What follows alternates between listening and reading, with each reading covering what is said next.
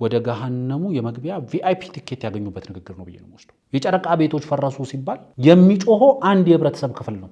የትኛዋ ኢትዮጵያ ናት ጣሊያኖችና አውሮፓኖች ይፈሯት የነበረች? በትላንትናችን ውስጥ መስማማት ያልቻልንበት አንደኛው ምክንያት መካካድ ስላለ ነው። ህወሓት ሰይጣንን የሚያስቀና ሰይጣናዊ ተግባራትን ሲፈጽም የነበረ ሰው፣ የበቀል ጥማት የነበረው በህወሓት የሚሳኤል ግብዣ ወደዚህ ጦርነት ውስጥ የመጣው የኤርትራ ኃይልም ይህንን ለማድረግ ይሰንፋል ብዬ አላስብም። በዚህ ትግል ውስጥ በተራዘመ ስቃይ ውስጥ መኖር ነው የሚፈልገው በዚህ ስርዓት ውስጥ ከመተዳደር።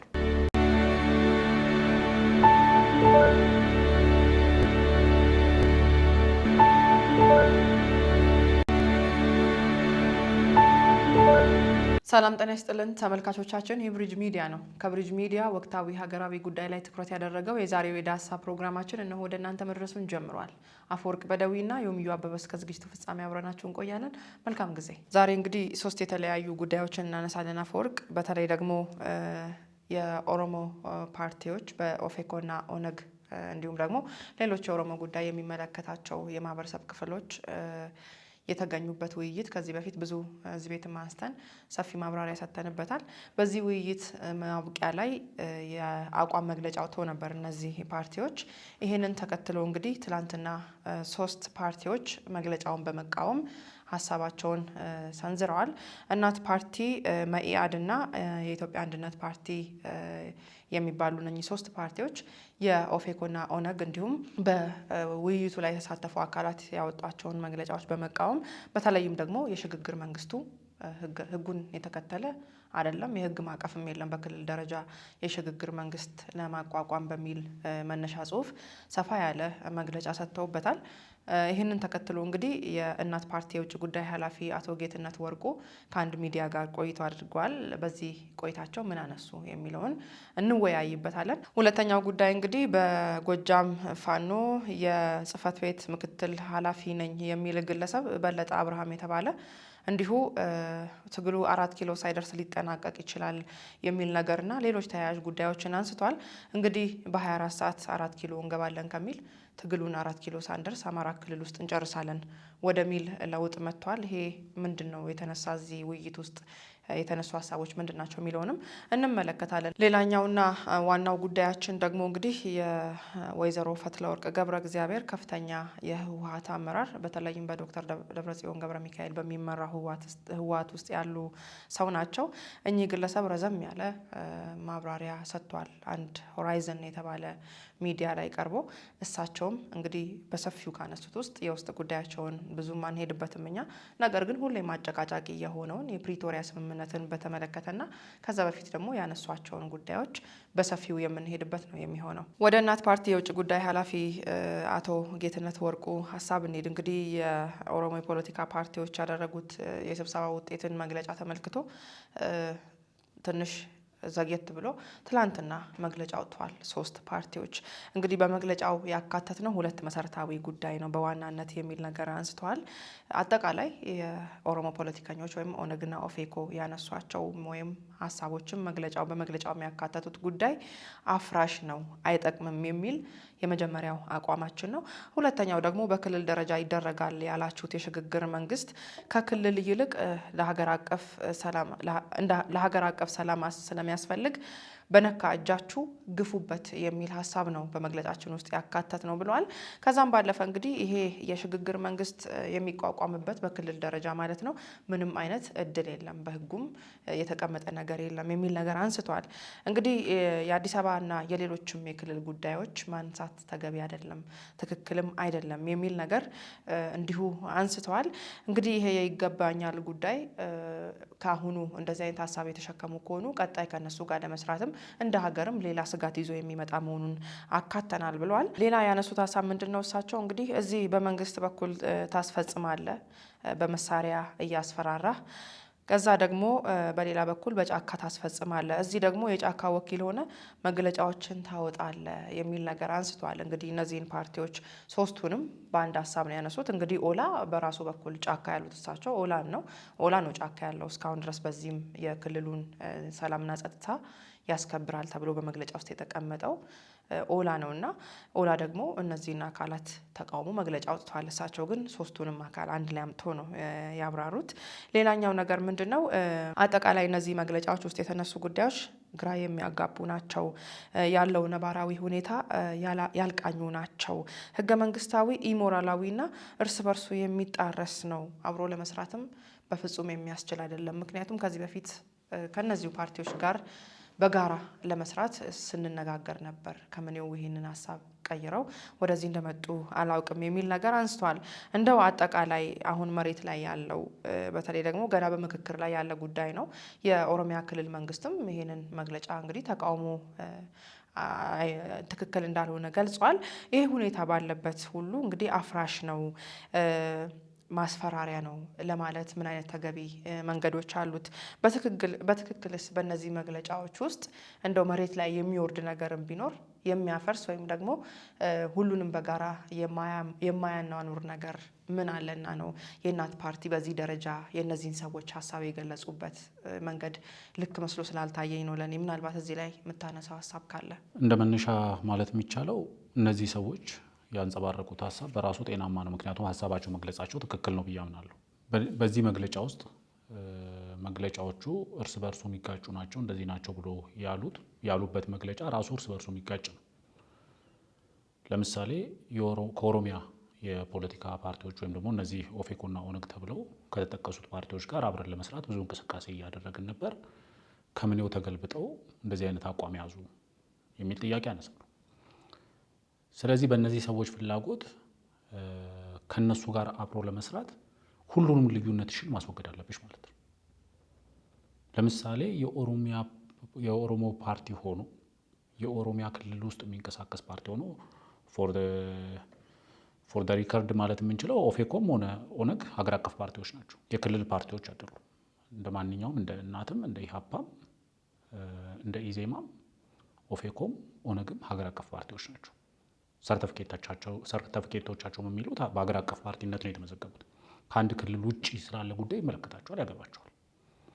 ስለዚህ መነጋገር ይችላሉ ስለ ሀገር አቀፍ ጉዳይ በራሳቸው። ሁለተኛው ነገር እያንዳንዱ ኦሮሚያ ክልል ውስጥ የሚንቀሳቀስ የፖለቲካ ፓርቲ የሚያራምዳቸው በኦሮሞ ሕዝብ በተለይ ደግሞ በኦሮሞ ሕዝብ ስም የተደራጀ ፓርቲ የሚያራምዳቸው ጥያቄዎች አሉ። ከነዛ ጥያቄዎች በአንዳንድ ቦታ ላይ ኦቨርላፕ የሚያደርጉ ጥያቄዎች አሉ፣ ተመሳሳይ የሆኑ አቋም የሚራመድባቸው። ለምሳሌ ኢሹ ኦፍ ፊንፊኔን ብትወስጂ፣ የአዲስ አበባን ጥያቄ ብትወስጂ አብዛኛው የኦሮሚያ ክልል ፖለቲካ ፓርቲዎች የጋራ አቋም በሚመስል ደረጃ አዲስ አበባ ላይ ሁሉም የኦሮሚያ ክልል ፓርቲዎች ተመሳሳይ አቋም አላቸው። የኦሮሞ ሕዝብ በአዲስ አበባ ጉዳይ ላይ ጥያቄዎች አሉት፣ የባለቤትነት ጥያቄ። ይሄ በህጋዊ በሆነ መንገድ ፍትሃዊ በሆነ መንገድ እንዲመለስልን እንፈልጋለን ብሎ ይጠይቃሉ አብዛኛው የኦሮሚያ ክልል የፖለቲካ ፓርቲዎች። ለኦሮሞ ፖለቲካ ጀስት ቤንች ማርክ ነው። ከዚህ በታች የሉም። የኦሮሚያ ክልል ከሌሎች ክልሎች ጋር በሚጎራበቱባቸው አካባቢዎች ላይ የአስተዳደር ወሰን ጥያቄዎች አሉ፣ የመሬት ይገባኛል ጥያቄዎች አሉ። የግድ ኦፌኮና ኦነግ ከእናት ፓርቲ ወይም ከኢሃፓ ጋር አብሮ ለመስራት የአዲስ አበባ ጥያቄያቸው መጣል የለባቸውም እውነቱን ለመናገር። ስለዚህ አብረሽ ስትሰሪ በሁሉ ነገር ልዩነቶቻችን አስወግደናል ብለሽ አይደለም አብረሽ የምትሰሪው።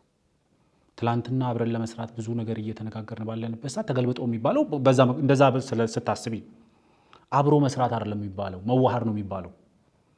እኔ ልዩነቴን ሙሉ ለሙሉ ወይም ደግሞ ኦፌኮ ከእናት ፓርቲ ጋር ያለውን ልዩነት ሙሉ ለሙሉ ካስወገደ ወይ ኦፌኮ እናት ፓርቲ መሆን አለበት ወይ እናት ፓርቲ ኦፌኮ መሆን አለበት ማለት ነው።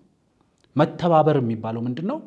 በሚያለያዩሽ ጉዳይ ላይ ተከባብረሽ፣ በሚያመሳስልሽ ጉዳይ ላይ አብረሽ መስራት ስትችይ መተባበር የሚባለው። ስለዚህ እነዚህ ሰዎች ያነሱት ጥያቄ እርስ በእርሱ የሚጋጭ ነው የምለው ለዚህ ነው። እርስ በእርሱ ይጋጫል። መተባበርና ልዩነትን ማስወገድ የተለያየ ነገር። ምናልባት ኦላ ከሌሎች ኃይሎች ጋር ተባብሮ ለመስራት እየሄደበት ያለው መንገድ ስንመለከት የኦሮሞ ጥያቄ አድሮ ወደ አንድ ስንመጣ የሚመለስ ይሆናል የሚል ነገር አለ። እነ ኦፌኮ ግን ጥያቄውን ይዘው ነው የመጡት። ይሄም ይሁን ይሄን እንደዛ ሊያስላቸው የቻለው እሱንም ኦልሬዲ ማየት የሚቻለው በዛው አውድ ውስጥ ነው። ጥያቄዎችሽ የኦሮሞ ሕዝብ ጥያቄ የሚፈታባቸው መንገዶች አሉ። የአማራ ሕዝብ ጥያቄ የሚፈታባቸው አሉ። የጋራ የሚመስሉ የሆኑ ጥያቄዎች ደግሞ በጋራ የሚፈቱበት መንገድ አለ። እነዚህ ፓርቲዎች ለምሳሌ ስለ ኦሮሚያ ብቻ እንዴት አወሩ? ኦሮሚያ ክልል ላይ ብቻ እንዴት የሽግግር መንግስት ይጠይቃሉ? በሀገር አቀፍ ደረጃ መጠየቅ ሲገባቸው በነካቻችሁ ግፉበት ይላሉ። እነሱ ምን ሰርተው ሊበሉ ነው? እውነቱን ለመናገር የፖለቲካ ፓርቲ አይደለም እጃቸው ላይ ያሉ። ሌሎችን እናንተ በነካጃችሁ ግፉበት ከማለት እነሱ ንጹህ ነው በሚሉት እጃቸው ለምን በኦሮሚያ ክልል የተነሳ የሽግግር መንግስት አለ፣ በሌላ ክልሎችም እየተነሳ ያለ ጉዳይ አለ፣ ስለዚህ እኛ ደግሞ የሀገር አቀፍ የሽግግር መንግስት እንጠይቃለን ለምን አይሉ? ይህንን ወደዛ ከመግፋት ማለት ነው። ግን በዚህ በኩል ኦፌኮና ኦነግ ቁጭ ብለው የኦሮሚያ ክልል ለሽግግር መንግስት ያስፈልገዋል ሲሉ ለምን በኢትዮጵያ ደረጃ አልጠየቁም ይባላል። እንደው በአጋጣሚ እነዚህ ሁለት ፓርቲዎች ተወያይተው በሀገር አቀፍ ደረጃ የሽግግር መንግስት ያስፈልጋል ቢሉ ደግሞ ምን አገባቸውና ነው በሀገር አቀፍ ደረጃ እነዚህ ሁለት ፓርቲዎች የሚወስኑትም ይባላሉ። ስለዚህ አንደኛው መታወቅ ያለበት ኦፌኮና ኦነግ ተነጋግረው ይዘው የመጡት ፖይንት ከሌሎች ፓርቲዎች ጋር የግድ የሚቀበሉት መሆን የለበትም። የራሳቸውን የቻሉ ፓርቲዎች ናቸው። የራሳቸው የሆነ ፍላጎት ያላቸው፣ የራሳቸው የሆነ ፖለቲካል ኢንተረስቶች አላቸው። ሌሎች ፓርቲዎች የራሳችን የሆነ ኢንተረስት አለን ካሉ ያንን ኢንተረስታቸውን ይዘሽ ገበያ ላይ መውጣት ያለብሽ። የራስሽን ውይይት አድርገሽ የራስሽን ኃይል ማሰባሰብ አድርገሽ ከዛ ተወያይተሽ ተነጋግረሽ አንቺ ለምታማራምጂው ፖለቲካ አዋጭ የሆነ ደግሞ የመፍትሄ ሀሳብ ይዘሽ መምጣት ነው። ኦፌኮ የኔ የሚለውን የመፍትሄ ሀሳብ አምጥቷል። ለምሳሌ ፕሮፌሰር መራራ በተለያዩ ሚዲያ ላይ ከተናገሩት የምንወስደው ነገር በኦሮሚያ ክልል ብቻ ሳይሆን ከሌሎች ፖለቲካ ፓርቲዎች ሀገር አቀፍ ከሆኑ ፖለቲካ ፓርቲዎች ደግሞ ተነጋግረን በሀገር አቀፍ ደረጃም ሰላም የሚመጣበት መንገድ ለመነጋገር ዝግጁ ነን የሚል ሀሳብ አንጸባርቀዋል። ይህንን ከግምት ያላስገባ ነው። እኔ ሀሳቡን ስለምደግፈው አይደለም ይሄንን የምለው። ፖዙን ጥላችሁ ነው እኮ አሁን በተለያዩ ጊዜ ነን ኦሮሞ የሆኑ ፓርቲዎች የኦሮሞ ፖለቲከኞች ጥያቄ ሲያነሱ ኮዛችሁን ጥላችሁ ነው አሁንም ችግሩ። ምክንያቱም ከዚህ በፊት አብረን እንሰራለን፣ ከዛ የኦሮሚያ ጉዳይ፣ የአዲስ አበባ ጉዳይ፣ የድሬዳዋ ጉዳይ እንዲህ ተጠየቀ ይባልና ደግሞ ገሸሽ ይደረጋሉ። አሁንም በዚህ የእናት ፓርቲ ውስጥ ግለሰቡ የሚጠቅሱት ኮዙን ጥለው ይምጡ ነው። ለእኔ የኦሮሞ ህዝብ ኮዙን በዚህ ሰዓት ላይ እጁ ላይ ያለ ኮዝ ካለ የሚጥልበት ለሌሎች ብሎ የሚጥልበት ምንም በቂ ምክንያት የለውም ብዬ ነው የማስበው። ጫካ የትጥቅ ትግል እያደረገ ያለው የሌላ የትጥቅ ትግል እያደረጉ ካሉ ኃይሎች ጋር ለመተባበር የኦሮሞን ኮዝ አይደለም መጣል ማሳደርም አይጠበቅበትም። ምክንያቱም ማሳደራችን ነው እስካሁን ዋጋ ያስከፈለ።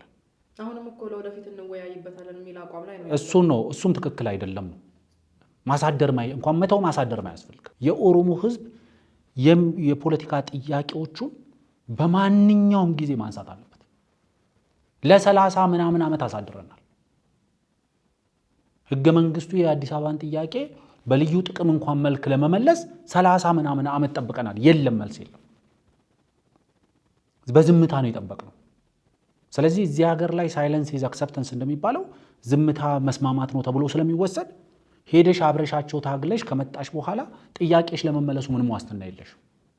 አንዳንዶቹ ጥያቄዎች ላይ የሳንቲሙና የጠፋው ሳንቲምና የልጆቹ ታሪክ ነው የሚሆነው። አንዱ ሳንቲሙን ይፈልጋል፣ አንዱ ሳንቲሙ ላይ ቆሞበታል። አንዱ በሬሽን ሰርቋል፣ ከሰረቀው ሰውዬ ጋር በሬሽን ትፈልጊያለሽ። እንደዚህ አይነት ትብብሮች አይሰው። ይሄ ሆድን በጎምን ቢደልሉት ጉልበት በዳገት ይለግማል የሚባል አባባል አለ አይደል? እንደዛ ነው የሚሆነው። አንደኛው መታወቅ ያለበት ለነዚህ ሰዎች ነገር ይሄ ነው። ለነዚህ ሰዎች ደግሞ አንድ ጥሩ ነገር አንስተዋል። በዚህ ውስጥ የኦሮሞ ፖለቲካን እንዴት ነው እነዚህ ሰዎች የሚረዱት? ሚዲያውም እንዴት ነው የሚረዳው?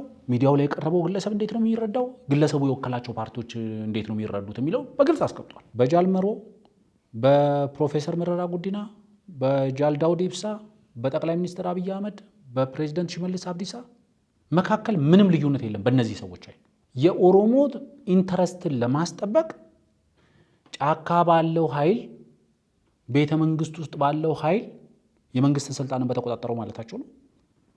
ከዛ ደግሞ ሰላማዊ ትግል እያደረግን ነው በሚሉ ኦፌኮና ኦነግ መሰል ፓርቲዎች ተጠቅመው ነው እየተንቀሳቀሱ ያሉት ነው ያሉት።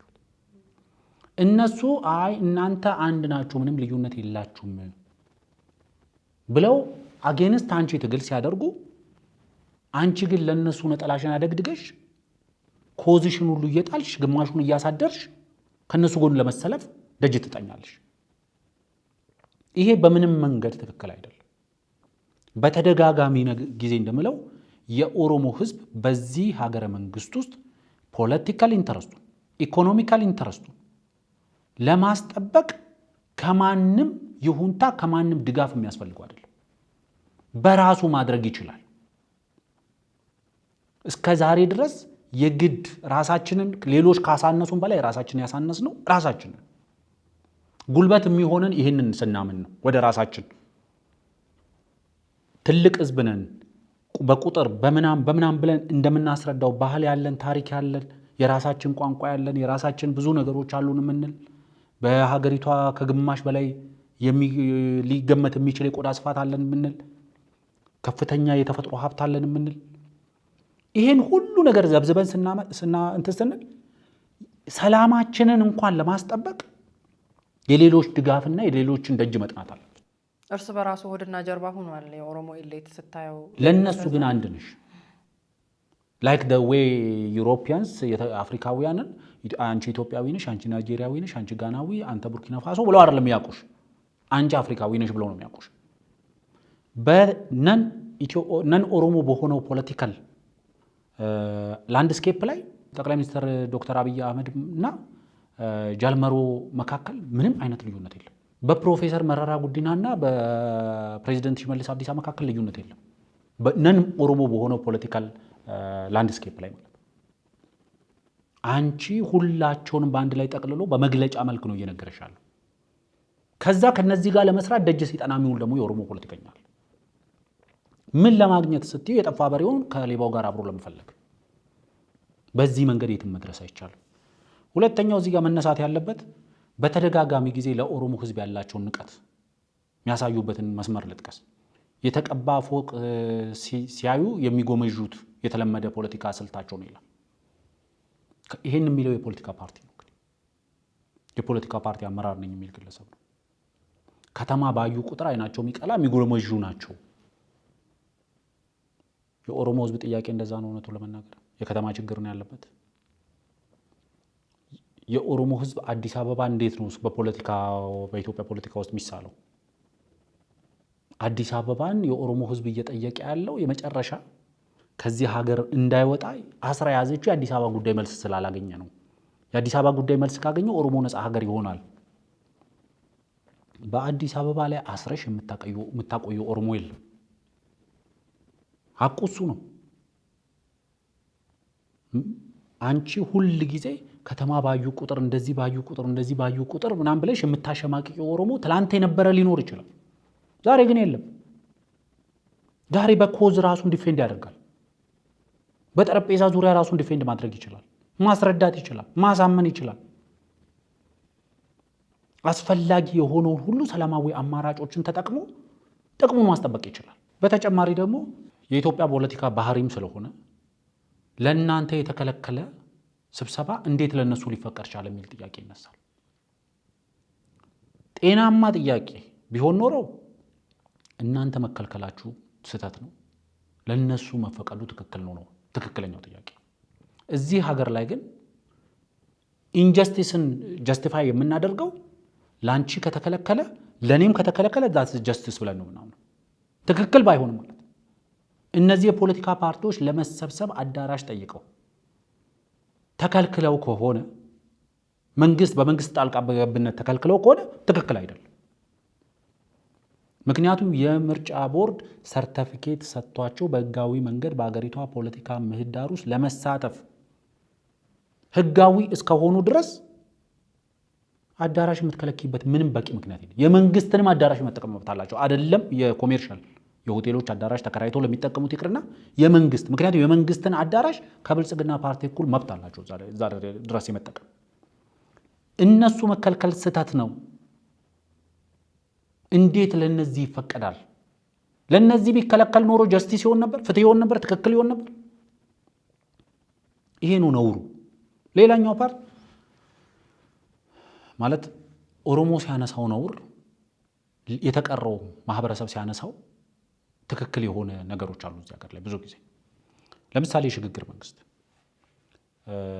አቶ ገዱ አንዳርጋቸው የመጨረሻ ቪአይፒ የገሃነም ትኬታቸውን ያገኙበት ንግግር አለ ፓርላማ ላይ መጨረሻ ለቀው ሲሄዱ የተናገሩት ንግግር እኔ ያንን ንግግር ጀስት አቶ ገዱ አንዳርጋቸው ወደ ገሃነሙ የመግቢያ ቪአይፒ ቲኬት ያገኙበት ንግግር ነው ብዬ ነው የምወስደው።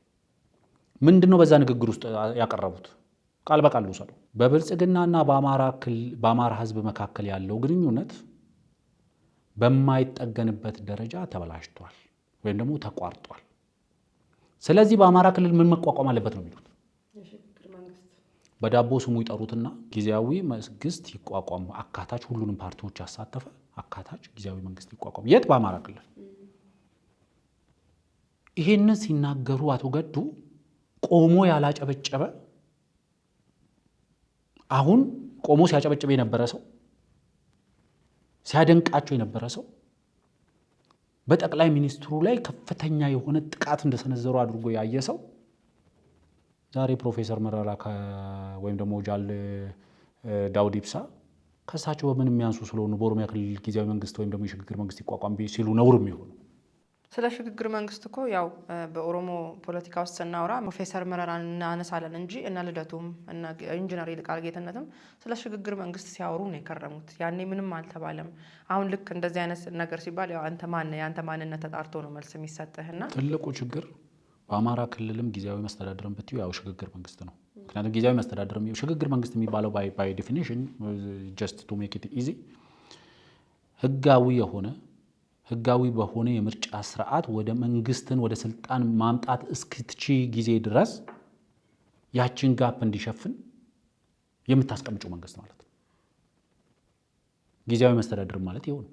በትግራይ ክልል ጊዜያዊ መስተዳድር ማለት የትግራይ የሽግግር መንግስት ነው። ወደ ምን እስኪያሸጋግር ድረስ ህዝቡ ወጥቶ ምርጫ አድርጎ በምርጫ መንግስት ማቋቋም እስኪቻል ድረስ ጋፑን ደፍኖ እንዲቀመጥ የሚደረገው። በአማራ ክልል አቶ ገዱ የጠየቁትም ይህንን ነው።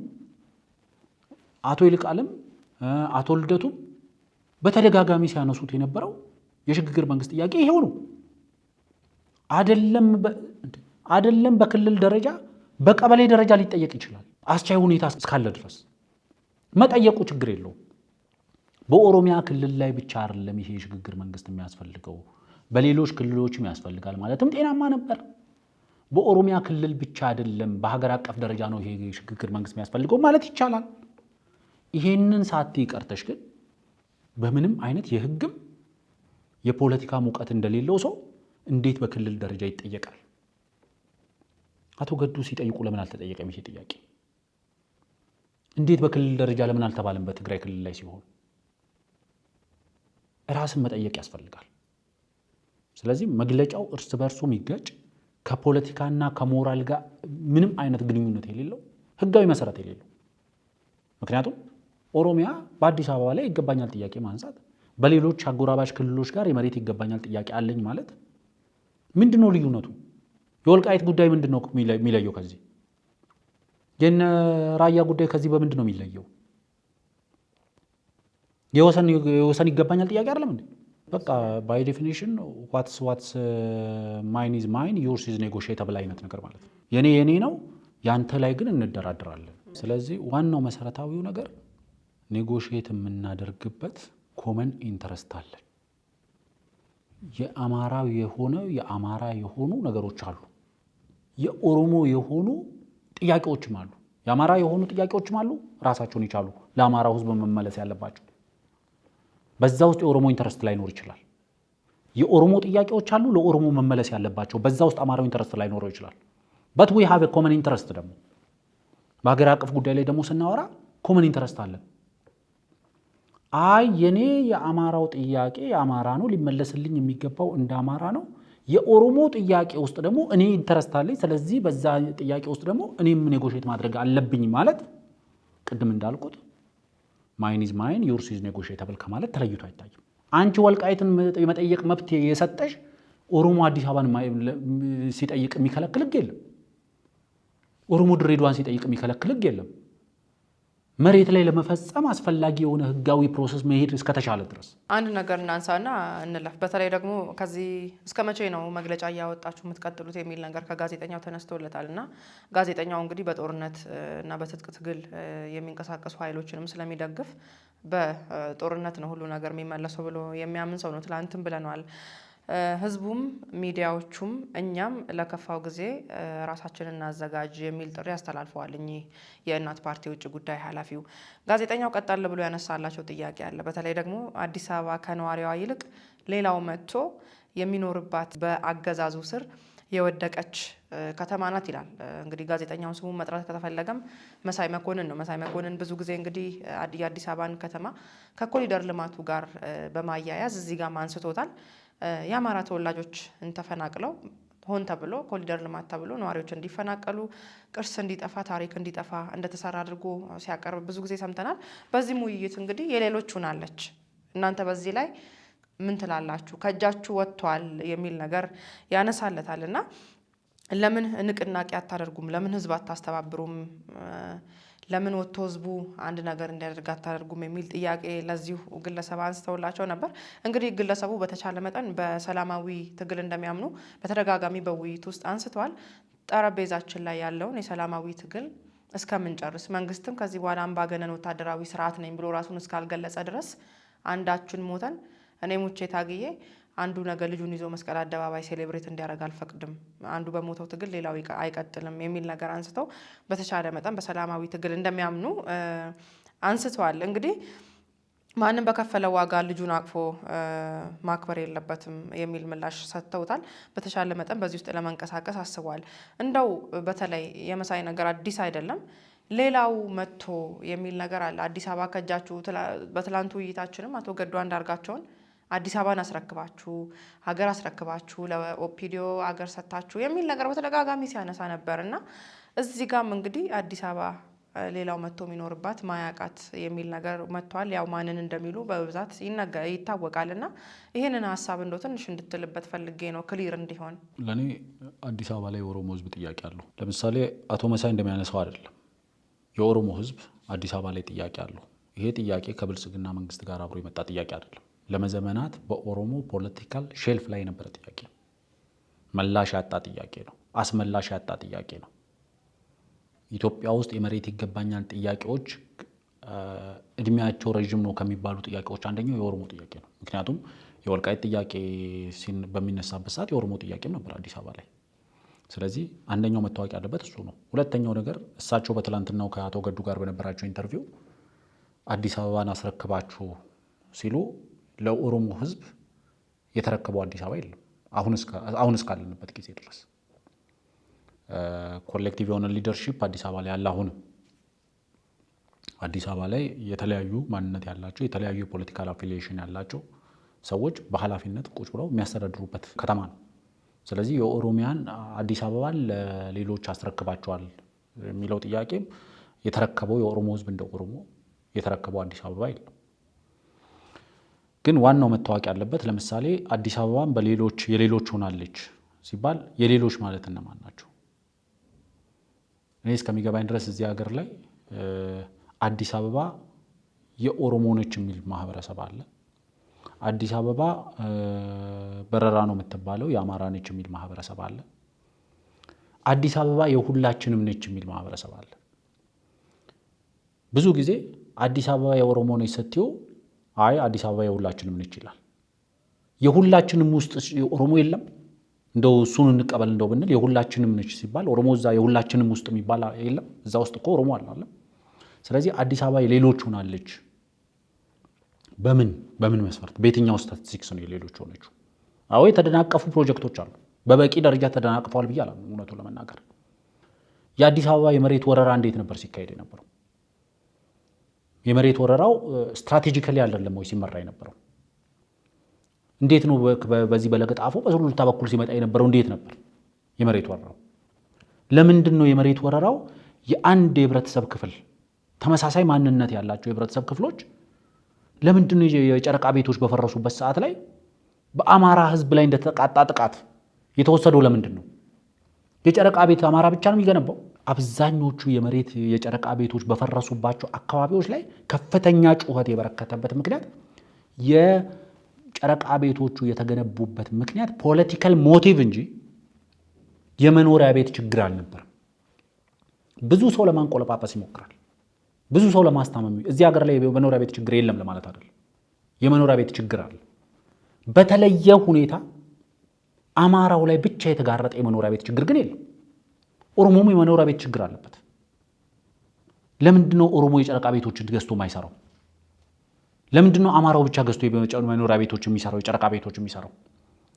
ኮሪደር ለመስራት ቤቶች ስታፈርሺ መንገድ ላይ የሚኖሩ ኮሪደር መንገድን ተከትሎ የተሰሩ ቤቶች ውስጥ የሚኖሩት ሁሉም አማራዎች ናቸው። ለነዚህ ሰዎች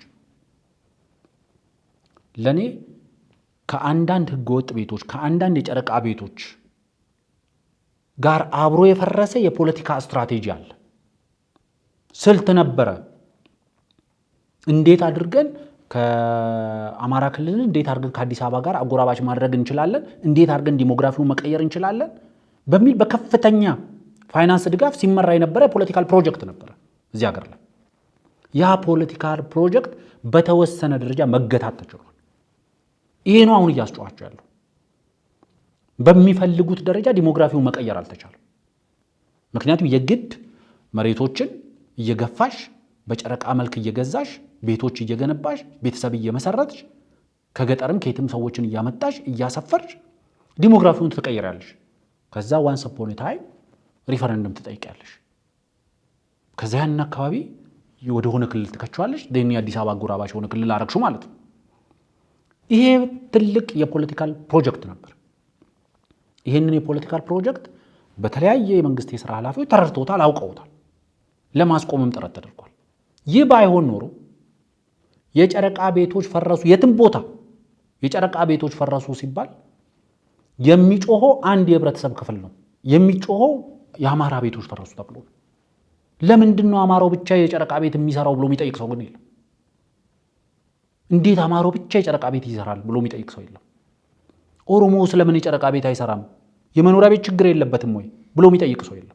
በተወሰነ ደረጃ ጥናት ለማድረግ ሞክሬያለሁ ይመስለኛል ከዛሬ 2-3 ዓመት በፊት። አዲስ አበባ ዙሪያ ላይ የጨረቃ ቤቶች የሚገዙበት ዋጋ አንዳንድ ቦታዎች ላይ በሚሊዮኖች ነው። በሚሊዮኖች ገንዘብ አውጥቶ የጨረቃ ቤት ገዝቶ ቤቱ በሚፈርስበት ሰዓት ላይ ጎዳና ላይ የሚወድቅ ሰው ነው፣ ጥሪት የሌለው ሰው ነው። በሚሊዮኖች አውጥቶ የጨረቃ ቤት የሚገዛ ሰው ማለት በተወሰኑ አዲስ አበባ አጎራባች በሆኑ የክልል ከተሞች ላይ ሄደሽ እኮ ህጋዊ መሬት የምትገዥበትን ዋጋ በጨረቃ መሬት ላይ አፍሶ ቤቱ ሲፈርስ ግን ጎዳና ላይ ሰው ቤተሰብ ተበተነ ብሎ ያዞ እንባ ሲያነባ ታገኘዋለሽ። ይህንን ገንዘብ ማን ነው ፋይናንስ ያደረገው? ኢት ዋዝ ኤ ግራንድ ፖለቲካል ፕሮጀክት ነበረ።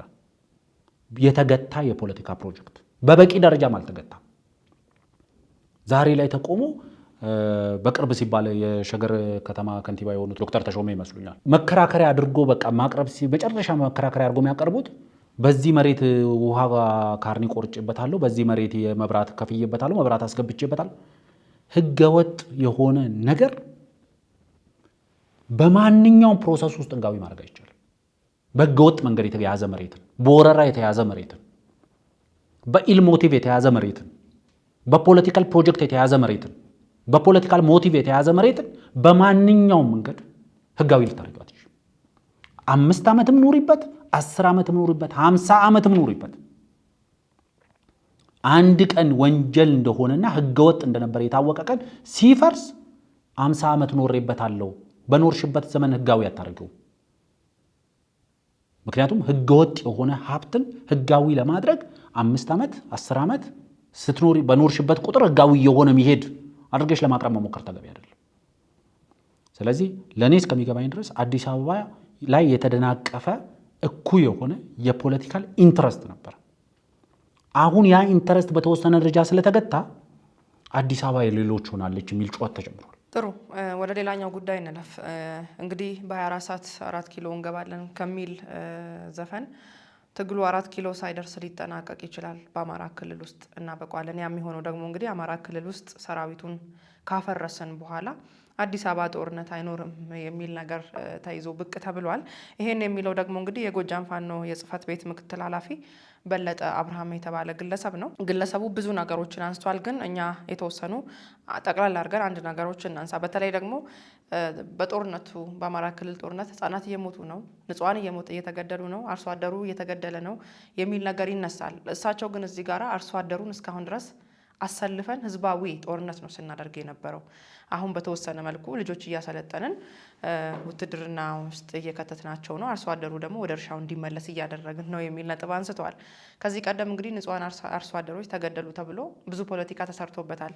ዛሬ ደግሞ ይሄ አርሶ አደር ጦርነት ውስጥ ተሳታፊ እንደነበረ ራሳቸው ወጥተው አንስተውታል። በተለይ ደግሞ የቤት ስራችን የምንጨርሰው አማራ ክልል ነው የሚል ነገር አንስተዋል። ያው ቀደም ሲልም ከርዕሱ እንደምንረዳው አማራ ክልል ውስጥ ያለውን ሰራዊት በማዳከም ይላል። ሙሉ በሙሉ በሚባል ደረጃ በአማራ ክልል ውስጥ ያለው እንቅስቃሴ ሁሉ በእጃችን ነው ያለው፣ መንግስት ምንም አይነት ቦታ የለውም እዚህ ጋር የሚል ነገር አንስተዋል። አንድ አካባቢ እንደውም ይላል በምሳሌ ይሄ ግለሰብ ሲያነሳ እኛ ተቆጣጥረን ይዘን ባለንበት ሁኔታ ባንክ እየሰራ ነው። ያ ማለት እንግዲህ የፋኖ አይዘርፍም አይገልም የሚል ነገር ለማንሳት ይሞክራል። የቅርቡን ትውስታዎች ማንሳት እንችላለን። እንግዲህ በጃዊ ዞን ውስጥ የገደሏቸውን ሰዎች ንጹሃን የመንግስት ሰራተኞች፣ በቀደም ያቃጠሏቸውን መኪኖች፣ አሁን ደግሞ ሹፌሮችን እንዲሁ በዚህ ሳምንት በተለየ መልኩ ሹፌሮችን የማገት የመዝረፍ ገንዘብ የመቀበል አግቶ በመቶ ሺዎች የሚቆጠሩ በሚሊዮኖች የሚቆጠሩ ገንዘቦችን በመጠየቅ ደግሞ አፋጥነውታል። በዚህ ሳምንት ውስጥ እንደምናየው ነው። ሁሉም ሰው በሚዲያም ሲመለከተው እንደነበረ ነው እና ይህንን አያደርግም ለማለት ያስረዱበት የሄዱበት ርቀት ነው። እንግዲህ እኛ ባለንበት አካባቢ ባንክ ይሰራል፣ በትክክል እነሱ በተቆጣጠሩበት ቦታ ባንክ መስራት ይችላሉ የሚለው ምክንያቱም ታጣቂ በሚቆጣጠርበት አካባቢዎች አገልግሎቶች ሲቋረጡ ነው የምናውቀው። 100% ትግሉ በእነሱ እጅ እስከሆነ ደግሞ አሁን እነሱ የሚያነሷቸው ስቃዮች በማን ነው ታዲያ የሚፈጸሙት? እነሱ በያዙት ቦታ እነሱ ባሉበት በእነሱ ቁጥጥር ስር ከሆነ የክልል ማን ነው ይሄንን እነሱ የሚጠሩትን ስቃይ እነሱ የሚጠሩትን ግፍ የሚፈጽመው?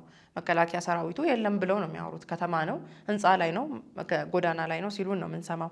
ማንስ ነው እያገተ እየገደለ እየዘረፈ ያለው የሚለውን እንግዲህ መቼም እነሱ ብዙም መልስ አይሰጡበትም። እኛ ግን አንድ ነገር ማለት ስላለብን ነው። ሌላው እኚህ ግለሰብ ያነሱት እኛ የምንፈልገው ያቺ በጣሊያን ጊዜ አውሮፓውያንና ጣሊያኖች የሚፈሯትን ኢትዮጵያ መመስረት ነው የሚል ነገር ተነሳስቷል። እንግዲህ በዚህ ውይይት ውስጥ የትኛዋ ኢትዮጵያ ናት ጣሊያኖችና አውሮፓኖች ይፈሯት የነበረችው? በትክክል ያንን ጊዜ መመለስ ይችላሉ ወይ? ምክንያቱም አብዛኛው ጊዜ አባቶቻችን ወደ ኋላ ነው በእነዚህ ሰዎች አንደበት የምንሰማው ኢትዮጵያ ወደ ድሮ እንድትመለስ ያላቸውን ፍላጎት በተደጋጋሚ ሲገልጹ እንሰማለን እና ያንን ማድረግ የሚችሉበት ነባራዊ ሁኔታ አለ ወይ? ሌላውስ የሚል ነው። እነሱም ልክ እኛ እዚህ ቁጭ ብለን አንጠብቅም መከላከያ ሰራዊቱ ሊወጋን ሲመጣ እንደሚሉት እነሱ ይሄን ሲያደርጉ ሌላው ቁጭ ብሎ ያያሉ የሚለውም ነገር አንድ ላይ እንድታያይዘው ነው እና ፋኖ ዛሬ እመጣለሁ ነገ እመጣለሁ እያለ ቆየብን፣ ስለዚህ መሰላቸት ህዝቡ ውስጥ ተፈጥሯል የሚል ጥያቄ ጋዜጠኛው አንስቶለት እንግዲህ ህዝቡ የአማራ ህዝብ በዚሁ በትጥቅ ትግል ውስጥ ስቃዩ ቢራዘም ነው የሚመርጠው። ይሄን በደንብ ነው የምናውቀው፣ በዚህ አገዛዝ ከሚሞት የሚል ነገር አንስተዋል። የአማራ ህዝብ ሲቃዩ በትጥቅ ትግሉ ቢራዘም ይሻለዋል እንጂ ይህንን ትግል ካላሸነፍነ አማራ የሚባል ብሔር እንደማይኖር የአማራ ህዝብ ያውቃል። መሳይ በትክክል የአማራ ክልል ህዝብ እንደዛ ነው። ምክንያቱም ለውጭ ሚዲያዎች ህዝቡ ልጆች ሲታገቱበት ሲገደሉበት ወጥቶ የሚናገረውን እየሰማን ያለ ነው እና ነባራዊ ሁኔታውስ አጠቃላይ እሱ እንዳለው ነው ወይ የሚለው ላይ እነዚህ ሀሳቦች ላይ እስቲ የተወሰነ ነገር በለን። ሜቢ ሚስ አንደርስታንድ እንዳናደርጋቸው አዲስ አበባ ውስጥ ጦርነት አይኖርም ሲሉ ወደ አዲስ አበባ የምናደርገውን የትግል አቅጣጫ ቀይረናል እያሉ አይደለም። በተቻለ መጠን እንደሰማዋቸው ከሆነ የአማራ ፋኖ በጎጃም የጽህፈት ቤት ምክትል ኃላፊ ነኝ ያሉት ግለሰብ እንደሰማዋቸው ከሆነ እንግዲህ ያሉት መከላከያውን በአማራ ክልል ውስጥ ከናድ ነው ካስወገድ ነው ካፈራረስ ነው አዲስ አበባ ውስጥ የሚካሄድ ጦርነት አይኖርም፣ ጀስት ፍሪ ላንች እንቀበላለን አይነት ነገር ነው። እንግዲህ ወደ 4 ኪሎ የምናደርገውን አቅጣጫ ጉዞ አንገታም፣ ግን በቀላሉ ያለምንም ጦርነት 4 ኪሎ ልንረከብ የምንችልበት ሁኔታ እየፈጠረን ነው አሁን እየነገሩን ያሉት። በተደጋጋሚ ጊዜ እዚህ ቤት ስንለው እንደነበረው ጦርነቱ ህዝባዊ ጦርነት ነው። 100% የአማራ ህዝብ ከፋኖ ጎን ቆሞ እየተዋጋ ነው ስቲ እንግዲህ 100% ማለት ሁሉም ማለት ነው አይደል? ሞቱ የምንላቸው ንጹሃን የትኞቹ ናቸው ታዲያ? እና አማራ ናቸው እነዛ አማራ አይደሉም ማለት ነው። ምክንያቱም 100% የአማራ ህዝብ ከፋኖ ጎን ቆሞ እየተዋጋ ነው ያሉን ነው አይደል? ስለዚህ ይሄ ማንንም አያዋጣም። ፋኖ አማራ ህዝብ ፋኖ አይደለም። ህወሓት የትግራይ ህዝብ ህወሓት አልነበረም። ህወሓት ግን ለትግሉ ሲጠቅመኛል ብሎ ሲያስብ ግን ህወሓት ማለት የትግራይ ህዝብ ማለት ነው። የትግራይ ህዝብ እንዲድን ከፈለጋችሁ ህወሓትን አድኑ የሚል ተልዕኮ ሰጥቶ የትግራይ ህዝብን ለዛ አይነት ማዕትና ለዛ ሁሉ እልቂት ዳርጓል። ዛሬ የአማራ ፋኖ በተደጋጋሚ በአደባባይ ያለ ምንም መፍራት ህዝብን ለአደጋ እያጋለጡ እንደሆነ እያወቁም ጭምር 100% የአማራ ህዝብ ከፋኖ ጎን ቆሞ እየተዋደቀ ነው እየተዋጋ ነው ብለሽ አንድና ሁለት መስመር ተናግረሽ ሳትጨርሽ ስርዓቱ በንጹሃን አማሮች ላይ ድብደባ ጭፍጨፋ እያደረገ ነው ያለሽ። ንጹሃን አማራ የለም። ምክንያቱም 100% አማራ ከታጠቀ ኃይል ጋር አምጾ የትጥቅ ትግል እያደረገ ነው ብለሽ ነግረሽዋል። እነዚህ ንጹሃን አማራ ከየት አመጣሻቸው ታዲያ? ምክንያቱም 100% ነው እንግዲህ አንድ ህዝብ ሙሉ ለሙሉ ህዝቡን ሪፕሬዘንት የሚያደርገው ቁጥር ስታቲስቲካሊ ሪፕሬዘንት የሚያደርገው ቁጥር 100% ነው። 101% 102% የሚባል ነገር የለም። ይሄ የአማራን ህዝብ ለአደጋ ያጋልጣል ብለን በተደጋጋሚ እንደው ኃላፊነት በተሰማው መንገድ እኛ የምንታገለው ለአማራ ህዝብ ነው። ከኛ ጋር ጦርነት መቅጠም ሜቢ ትክክል ሊሆን ይችላል። አማራ ህዝብን ግን ለውድመትና ለስቃይ መዳረግ ግን ተገቢ አይደለም ማለት ይቻላል። ሪስፖንሲብል በሆነ መንገድ ይህንን አለ ማለት ኃላፊነት አለመሰማት ነው ብዬ ነው የምወስደው። ባንክ እየሰራ ነው የሚለው እኚህ ሰው እኛ በተቆጣጠርናቸው አካባቢዎች ባንክ እየሰራ ነው ሲሉ በማን ይሁንታ ነው ባንክ የሚንቀሳቀሰው? ያለ ብሔራዊ ባንክ ፍቃድ በየትኛውም ኮርነር ላይ የባንክ እንቅስቃሴ ሊኖር አይችልም። ያለ መንግስት ፍቃድ ባንክ አገልግሎት ሊሰጥ አይችልም።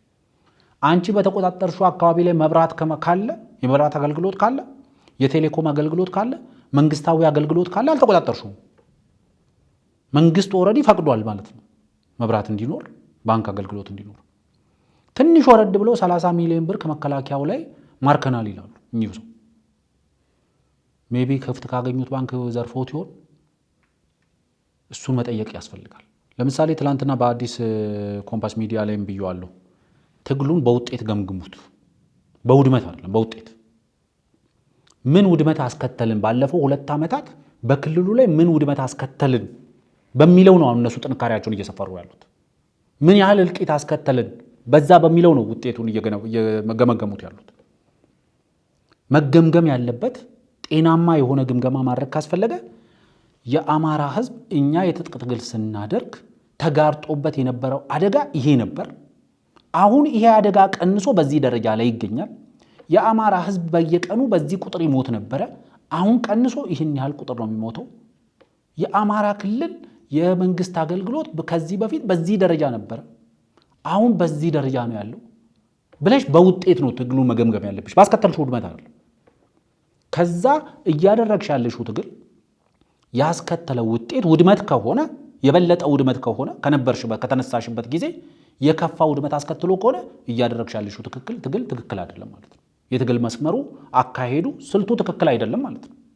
ምክንያቱም 10 ብር ያለው ሰውዬ የሚገባኝ 100 ብር ነው ብሎ የጀመረው ትግል 5 ብርና 2 ብር ደረጃ እየወረደ ከሆነ ወደ 100 ብሩ አይደለም እየሄደ ያለው፣ ወደ ዜሮ ነው እየሄደ ያለው። የአማራ ህዝብ ለጥቃት ተጋልጧል። የአማራ ህዝብ የመሰረተ ልማት ውስንነት አለበት፣ የመሰረተ ልማት ችግር አለበት።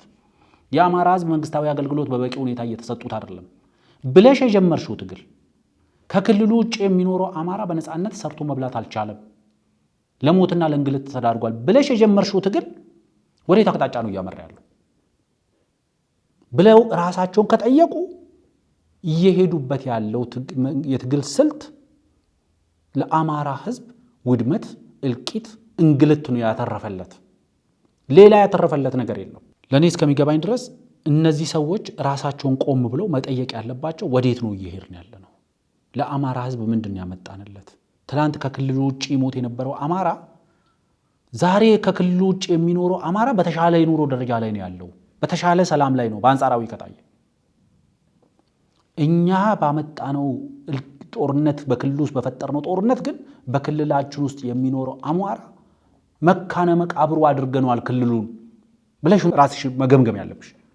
ይሄንን እውነታ ነው ደፋር የሆነ ሰው መጋፈጥ ያለበት። የትግል ስልት ማስተካከያ እንደሚያስፈልግ ማወቅ ያለባቸው ጊዜ አሁን ነው። ካልሆነ ግን ብዙ ጊዜ በተደጋጋሚ ብየዋለሁ፣ በጦርነት ውስጥ 2 አይነት ማሸነፎች አሉ። አንድ ቶታል ዲፊት የሚባለው በጦርነት በጦር የበላይነት ወስደሽ የምታሸንፊው፣ ሌላኛው ደግሞ ለተሸናፊው ወገን መሸነፉን የሚያውቅበት ፖይንት ላይ የሚፈጠር ማሸናፊነት አለ። 2 ዓመት ሙሉ ትክክል ስለሆነ ነው ደጋግሜ የምለው 2 ዓመት ሙሉ ክልሉን እንደ ደመራ እየዞርሽ አንድ ደጅ ስታበቂ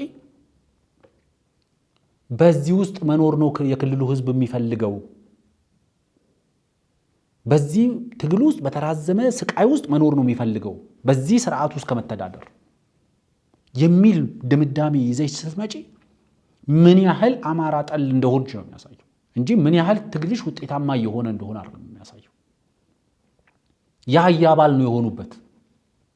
እውነቱን እንነጋገር ከተባለ የአህያ ባል ከጅብ አያስጥልም እንደሚባለው የአህያ ባል ነው የሆኑበት አማራ ላይ። ጅብ አለ ብለው ከጅብ እንከላከላለን ብለው የተደራጁት አህዮች ራሳቸው ናቸው ህዝቡን እየበሉት ያሉት። ራሳቸው ናቸው ህዝቡን እየዘረፉት ያሉት። ራሳቸው ናቸው መሰረተ ልማቱን እያወደሙት ያሉት። ትግሉ አሁን እየመሰለ ያለው እንዴት እንደሆነ ታውቂያለሽ? ሌሎች ብቻቸውን ለምን መሰረተ ልማቱን ያወድሙበታል አማራን? ሌሎች ብቻቸውን ለምን አማራን ይገሉታል? እኛስ ከማን አንሰን ነው አማራን ማንገለው ነው የሚመስለው ፉክክሩ። ሌሎች ብቻ ከሚገሉት እኛም አብረን እንግደል፣ ሌሎች ብቻ ከሚያወድሙት እኛም አብረን እናወድም። የአባትሽ ቤት ሲዘረፍ አብረሽ ዝረፍ እንደሚባለው የተወሰነ ቢያንስ አንቺ የአባትሽ ቤት ሲዘረፍ አብረሽ ትዘርፊና ቢያንስ አንቺ የዘረፍሽውን ንብረት ታተርፊያለሽ ማለት ነው። እነዚህ ሰዎች ግን ሌሎች አማራውን የሚያደርጉት እኩይ ነገር አለ ብለው ተነስተው ሲያበቁ እያደረጉት ያለው ግን የሌሎችን እኩይ ተግባር የሚያስንቅ ተግባር ነው። ባለፉት 2 ዓመታት አማራ ክልል ውስጥ ምን ያልተደረገ ነገር አለ? የትኛው ነው የተሻለ? የፋኖ ትግል ከመጀመሩ በፊት ያለው አማራ ክልል ነው ወይስ አሁን ያለው አማራ ክልል ነው የተሻለ? ይህንን እነሱ ቢመልሱት የሚሻል ይመስለኛል። ወደ ኋላ በመመለስ ውስጥ የሚገኝ የኢትዮጵያ ከፍታ የለም። ከዚህ በፊትም በተደጋጋሚ ጊዜ ብለናል። በትላንት ውስጥ ያለ የኢትዮጵያ ከፍታ የለም። እኛ የሚፈራን አይደለም የምንፈልገው፣ እንደ ሀገር የሚፈራን አንፈልግም። የሚያከብረን ነው፣ በአቻነት ስሜት የሚያከብረን ነው የምንፈልገው። ልትከበር የምትችው ደግሞ በጦርነት አይደለም። በትላንትና ውስጥ ጣሊያን የሚፈራው አውሮፓ የሚፈራው በተደጋጋሚ ጊዜ እንደ ትልቅ ነገር በአፍሪካ ተፈሪ የሆነ መከላከያ እየገነባን ነው ተብሎ ሲነገር ሰማለሁ። የተሳሳተ አባባል። አፍሪካ የሚመካበት፣ አፍሪካ የሚተማመንበት፣ ሀገርን የሚያስከብር መከላከያ ሰራዊት እየገነባን ነው መባል ያለበት እንጂ ሌሎችም ለምን ይፈሩናል? የሌሎችንም የማንፈልግ የራሳችንን የማንሰጥ ህዝቦች ብለን ነው ማሰብ ያለብን። ግን ወደ ኋላ ውስጥ በሄድን ቁጥር ግን ብዙ ጊዜ አንቺ ወደ ኋላ መሄድ በፈለግሽ ቁጥር ሁሉንም ይዘሽ ወደ ኋላ የመሄድ ስልጣን ያለሽ አድርገሽ መሳል ተገቢ አይደለም። በራስሽ ዕጣ ፈንታ ላይ የመወሰን መብት ሊኖርሽ ይችላል። ማንም ህዝብ፣ የትኛውም ህዝብ በራሱ ህልውና ላይ የመወሰን ሙሉ ስልጣን አለው ብዬ አምናለሁ። ግን በሌሎች ህልውናን ጭምር ይዘሽ ወደ ኋላ የመሄድ መብት የለሽም። የደካማ የሰነፍ ሀገር ባህሪ ነው ይሄ። በትላንት ውስጥ ከፍታውን፣ በትላንት ውስጥ ተስፋውን፣ በትላንት ውስጥ ምቾቱን መፈለግ የደካማ ሀገር ምሳሌነት ነው። በትላንት ውስጥ ያለ ምቾት የለንም። በትላንት ውስጥ ያለን ከፍታ የለንም። በትላንት ውስጥ ያለ ተድላና ምቾት የለም። በትላንታችን ውስጥ አንግባባም። በሞተና በተቀበረ ስርዓት ላይ እኮ ነው ዛሬ አተካሮ እኮ የምንገጥመው። እንዴት ነው በትላንት ውስጥ ራሳችንን የምንፈልገው? እንዴት ነው በትላንት ውስጥ ራሳችንን ፈልገን የምናገኘው? ለአንዱ የምቾት ነው ብሎ የሚያቀርበው ለአንዱ ደግሞ የግዞት ነው። ለአንዱ የቅዱስ ነው፣ ለአንዱ ደግሞ ርኩስ ነው። ትላንት በምንለው ውስጥ የምናገኘው። ትላንትና አንድ ሰው ሲከራከረኝ ነበረ። ማለት አፄ ቴዎድሮስ እኮ የወሎን ህዝብ እንደዚህ አድርገውታል፣ አፄ ዮሐንስ እኮ የጎጃምን ህዝብ እንደዚህ አድርገውታል። ታዲያ እናንተ ወሎ ለቴዎድሮስ ይቅርታ ካደረገ፣ ጎጃም ለዮሐንስ ይቅርታ ካደረገ እናንተ የሚኒሊክን መሻገር ለምን አቃታችሁ የሚል ጥያቄ አንስቶ፣ ምክንያቱም አልታመነም። አፄ ቴዎድሮስ ወሎን ያደረጉትን በራሳቸው አፍ አምነዋል። አፄ ዮሐንስ የጎጃምን ያደረጉትን በራሳቸው አፍ አምነዋል። ለምሳሌ አፄ ዮሐንስ ለአፄ ሚኒሊክ የጻፉት ወደ መጨረሻቸው የስልጣን ዘመናቸው ላይ ለሸዋው ንጉሥ አፄ ሚኒሊክ የጻፉትን ደብዳቤ ብታነቢ ወይ እነሱ ኃጢአተኛ ሆነው ወይ እግዚአብሔር እኔን ሊቀጣኝ የጎጃምን ህዝብ አነደድኩት ይላሉ። ያ በመሆኑ በተወሰነ ደረጃ የመጸጸት ሴንስ ኦፍ ሲምፓቲ የማዘን ነገር አይችባታለሁ እዛው እንትን ውስጥ። አፄ ቴዎድሮስ በመጨረሻ የስልጣን ዘመናቸው ራሳቸውን ከማጥፋታቸው በፊት የእንግሊዝ አስሯቸው የነበሩ ነጮችን አብሯቸው የነበሩ ሰዎች እነዚህ ናቸው ለዚህ ሁሉ ይዳረጉን ገለናቸው እንሙት ሲሏቸው አይ የወሎን ህዝብ ግማሹን ቋንጃ ቆርጬ ግማሹን እጁን ቆርጬ ስንት ግፍ አቆይቻለሁ ሌላ ግፍ ውስጥ መግባት አልፈልግም የሚል ንግግራቸው ይጠቀሳል። ቢያንስ አምነውለታል። አፄ ምኒልክ ያደረጉትን ግፍ ማመን ምንድነው ችግሩ? ከባድ አይደለም። በትላንትናችን ውስጥ መስማማት ያልቻልንበት አንደኛው ምክንያት ዲናያል ስለሆነ ነው፣ መካካድ ስላለ ነው። ማመን ያስፈልጋል። አፄ ቴዎድሮስ ያደረጉትን ግፍ እንግዲህ አፄ ዮሐንስ በጎጃም ላይ ያደረጉትን ግፍ አፄ ዮሐንስ ካደረጉት፣ አፄ ቴዎድሮስ በወሎ ህዝብ ላይ ያደረጉትን ግፍ አፄ ቴዎድሮስ ካደረጉት በምን አይነት የሞራል ከፍታ ላይ ቢኖሩ ነው አፄ ዮሐንስ አፄ ምኒልክ በኦሮሞ ላይ ያላደረጉት በደቡብ ህዝብ ላይ ያላደረጉት? በተደጋጋሚ እንደምንለው የመሪ ቅዱስ የሉ እንደሚያደርጉ ነው አብዛኛው ነገር የሚያሳየው። ግን ስትክጁ መካድ ብቻ አይደለም፣ ያንን ስርዓት መልሼ ወደ ስልጣን ለማምጣት ነው መታገለው ስትዩ የሱን ህልውና አደጋ ውስጥ ለመክተት ነው እየታገልሻለሽ። እጅግ የሚያሳዝነው ይሄንን ስትራቴጂ ይሄንን እቅድ ይዞ የሚመጡ የታጠቁ ኃይሎችን ለመተባበር ደጅ የሚጠና ኦሮሞ ማየት፣ ደጅ የሚጠና ደቡብ ማየት፣ ደጅ የሚጠና ወላይታ ማየት ነው የሚያሳዝነው። ምክንያቱም የሚመጣው ስርዓት ትላንትና በሰፊው የደቡብ ህዝብ ላይ ከፍተኛ ማዕትና ውድመት ያመጣል። ማምጣት የሚፈልጉ ስርዓት እሱ ነው። የአማራ ስብራት ትላንትና ንጉሳዊ ስርዓቱ ሲወገድ ነው ብሎ በአደባባይ ነግረውናል እኮ። ስለዚህ ያን ሪስቶር ማድረግ ነው የምንፈልገው ብለዋል። ከዚህ ጋር እንዴት ትተባበሪያለሽ? ስለዚህ ወደ ጣሊያን ወደምትፈራው አውሮፓ ወደምትፈራው ትላንት ወደ ነበረችዋ ሀያሏ ምቾትና ተድላ በፈሰሰባት ምናምን በሚባለው ወደምትባለው ኢትዮጵያ የሚባል ነገር የለም። የተስፋይቱ ምድር ኢትዮጵያ የምትባል ሀገር አለሽ ከተባለ ወደፊት ነው እንጂ ወደ ኋላ ናቸው ብዬ አላስብም። ምክንያቱም በትላንትና ውስጥ ብዙ ያልፈታናቸው የታሪክ ክፍተቶች አሉ። ብዙ መነጋገርና መስማማት ያልቻልንባቸው የታሪክ ክፍተቶች አሉ። እዛ ላይ ቆመን ነው መነጋገር ያለብን። ስለዚህ እዛ ላይ ሄደን ምንም የምንፈጥረው አዲስ ነገር የለም። የተሻለ ቀን ይምጣ ከተባለ ትላንት ነገ ውስጥ ነው፣ ትላንት ውስጥ አይደለም፣ ነገ ውስጥ። እንግዲህ ትላንትና ላይ ቆሞ የቀሩ ሰዎች ናቸው ዛሬም ይሄንን ሀሳብ እያራመዱ ያሉት። ያው ገዢው ደግሞ ብዙ ነው። በሚያሳዝን ሁኔታ ይህን ሀሳብ የሚገዙ ብዙ ሰዎች እያየን ያለ ነው። በተለይ በሚከታተሏቸው ሚዲያዎች፣ ይህን በሚያስተላልፉበት አንደበታቸውን በሚገልጡበት ሚዲያዎች ሁሉ የሚሰጡ ሀሳቦች የዚህ ጥማት ውስጥ የወደቁ ናቸውና እንግዲህ ሁሉም ወደ ቀልቡ ይመለሳል ብዬ ተስፋ አደርጋለሁ። ወደ ህወሓት ጉዳይ እንለፍ። ወይዘሮ ፈትለወርቅ ገብረ እግዚአብሔር ወይም ሞንጆሪኖ በሚል ስም የሚታወቁት የከፍተኛ የህወሓት አመራር ከሆራይዘን ሚዲያ ጋር ቆይታ አድርጓል። ሰሞኑን ሰፊ ሀሳቦች ተነስተዋል። የውስጥ ጉዳያቸውን ቅድም እንዳልኩት እንተውና የሚመለከቱን እንደ ሀገር አንድ ላይ የሚነሱ ምክንያቱም የፕሪቶሪያ ስምምነት ጦርነቱ እንዲያበቃ ያደረገ ስምምነት ስለሆነ ይህንን ስምምነት ህወሓት አሁን ጥሶት ለሁለት ተከፍሎ የተለያዩ አካሄዶች የተለያዩ የጦርነት ጉሰማዎች አሁንም ከዛው መንደር ቀጥለውበት ነው ያሉትና በዚህ ስምምነት ዙሪያ የዘረዘሯቸው ነጥቦች አሉ። እሱ ላይ እንመጣለን። ከዛ በፊት ግን ከጋዜጠኛዋ ጥያቄ እንጀምር። ምክንያቱም እንግዲህ ህወሓት መራሹ ኢህአዴግ ብዙ ግፎችን ሰርቷል። ብዙ በደሎች ተሰርቷል። በኦሮሞ ልጆች፣ በአማራ ልጆች እንዲሁም በሌሎችም ልጆች ሁለቱ ናቸው በብዛት በትግል ውስጥ ሲሳተፉ የነበሩና በስርም ሲማቅቁ የነበሩ ስለነበር በምሳሌነት እናነሳለን እንጂ አብዛኛው በሚባል ደረጃ በህወሓት መራሹ ኢህአዴግ ጊዜ ግፍ ያልደረሰበት ከሀገር ተገፍቶ ከሀገር ያልወጣ ያልተገደለ ደብዛው ያልጠፋ ሰው አልነበረም እና እንደዚህ አይነት ግፎችን ስናነሳ አይ ግፎቹን አልፈጸምንም አድርገንም ቢሆን ብቻችን አይደለም ሌሎችም ድርጅቶች እኮ አሉ የሚሉን ሰዎች አንድ ነገር ይዘው መጥተዋል። ጋዜጠኛው ያነሳችሁን እናንሳ። ወደ እሳቸው ከመሄዴ በፊት ማንም ወደ ጦርነት እንዳይገባ የታገላችሁለት ሀገር በተለይ ደግሞ የደርግን መንግስት ገርሳችሁ ወደ ስልጣን ከመጣችሁ በኋላ ጦርነቶች እንዳይፈጠሩ እናንተ ሀገርን ያው እንግዲህ መጀመሪያ ራሷንም አካታለች። በመጀመሪያው የእርሷን ንግግር ቃል በቃል ልበለው፣ ሀገርን ገንብተን ህገ መንግስትን ፈጥረን ለብሔር ብሔረሰቦች እኩልነትን ሰጥተን እናንተ በዘረጋችሁት አስፓልት በፈጠራችሁት ሲስተም ጦርነት ታውጆባችኋል ትላለች። ሀገርን ገንብተን ህገ መንግስት ፈጥረን ለብሔር ብሔረሰቦች እኩልነት ሰጥተን ማንም ወደ ጦርነት ሳይገባ በሰላም የሚኖርበት ብላችሁ በተቀመጣችሁበት ጊዜ እናንተ በዘረጋችሁት አስፓልት እናንተ በፈጠራችሁት ሲስተም እናንተ የፈጠራችሁት ግሩፕ የጎረቤት ሰራዊትን ሳይቀር በቀል ለማወራረድ እናንተን ለማሳደድ እናንተን ከምድረ ገጽ ለማጥፋት ባወጀው ጦርነት ውስጥ በረሃ ገብተሽ ታግለሻል።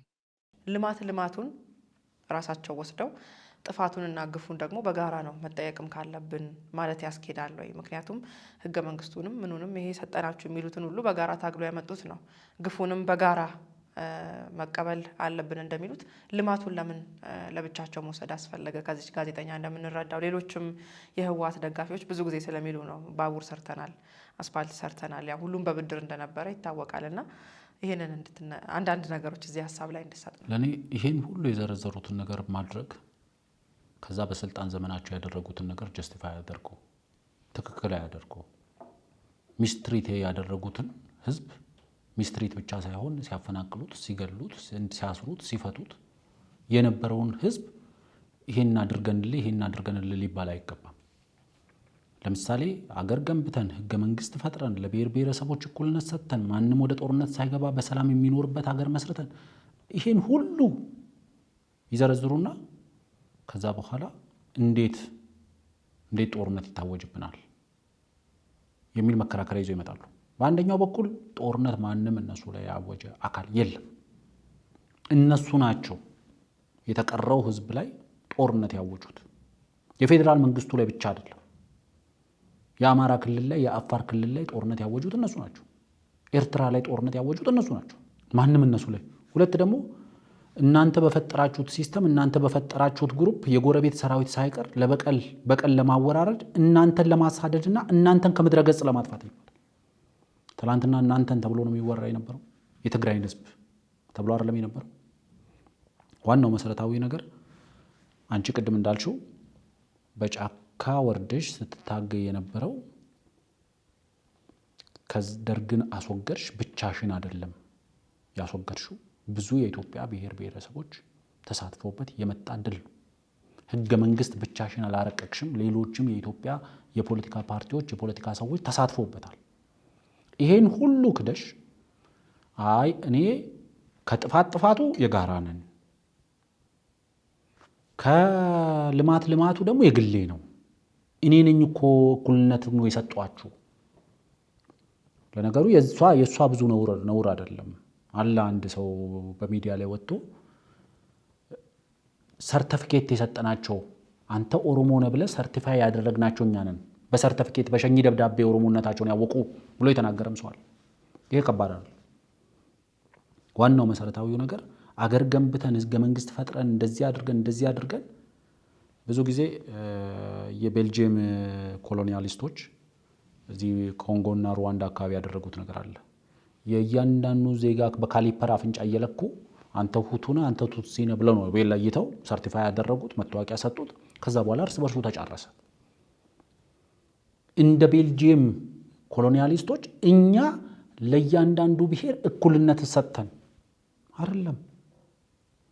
ኦሮሞ ተገቢ የሆነ ዋጋ ከፍሎ ነው እኩልነቱን ያረጋገጠው። ፍትሃዊ የሆነ እኩልነት አይደለም። ያው በህወሓት የስልጣን ዘመን በህወሓት የኢህአዴግ የስልጣን ዘመን ፍትሃዊ እኩልነት አልነበረም። ኢኳሊቲ ነው ኢንትሮዲዩስ አድርገናል ሊሉ እንኳን ከቻሉ ኢኩዊታብል ግን አልነበረም። ፖለቲካሊ በምንም መንገድ እኩል ሊሆኑ የማይችሉ ኃይሎችን እኩል አድርጎ ነበር።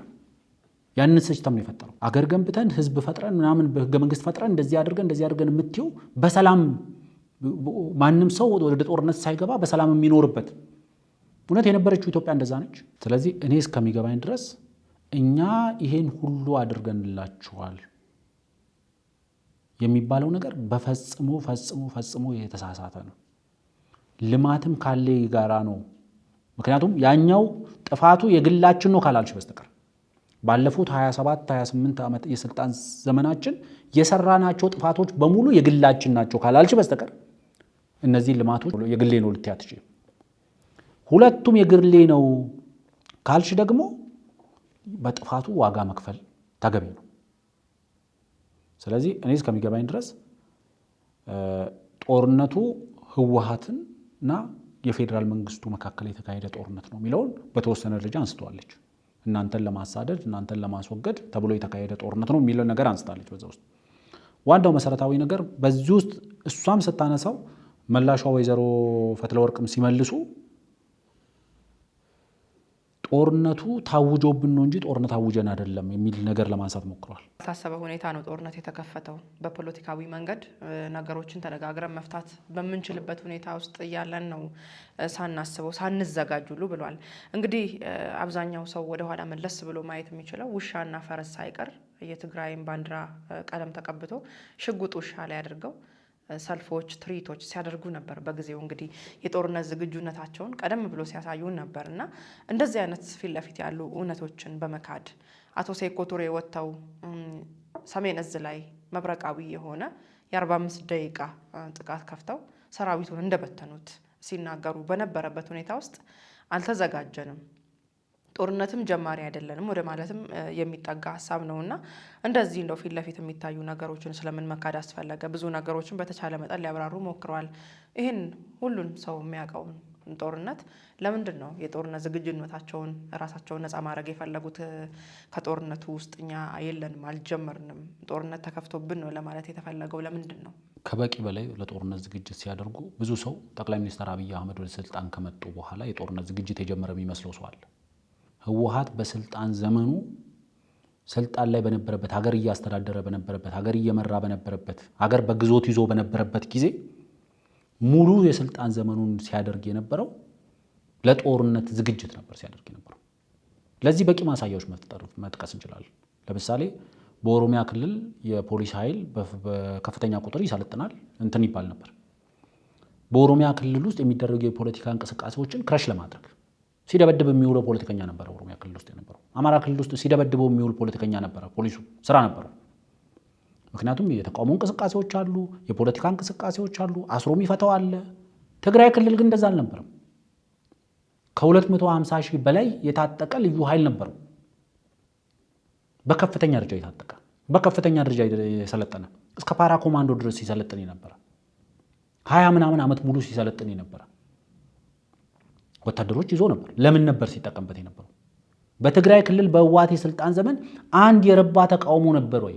አንድ የረባ የተቃውሞ እንቅስቃሴ ነበር ወይ ክልል ውስጥ? የተቃውሞ የፖለቲካ እንቅስቃሴዎች ነበሩ ወይ ክልል ውስጥ ብለን ራሳችንን ብንጠይቅ አንድም አልነበረም። ዴሪያ ሁሉ ሲሰለጥን የነበረው ለምንድን ነበር? 20 ምናምን ዓመት ቢኮዝ ፍሮም ዴይ ዋን እቺ ቀን እንደምትመጣ ያውቁ ነበር። የኢትዮጵያ ህዝብ ተናቦ ታግሎ እነሱ የሚመሩትን አምባገነን ስርዓት የሚያስወግድበት ቀን እንደምትመጣ ያውቁ ነበር።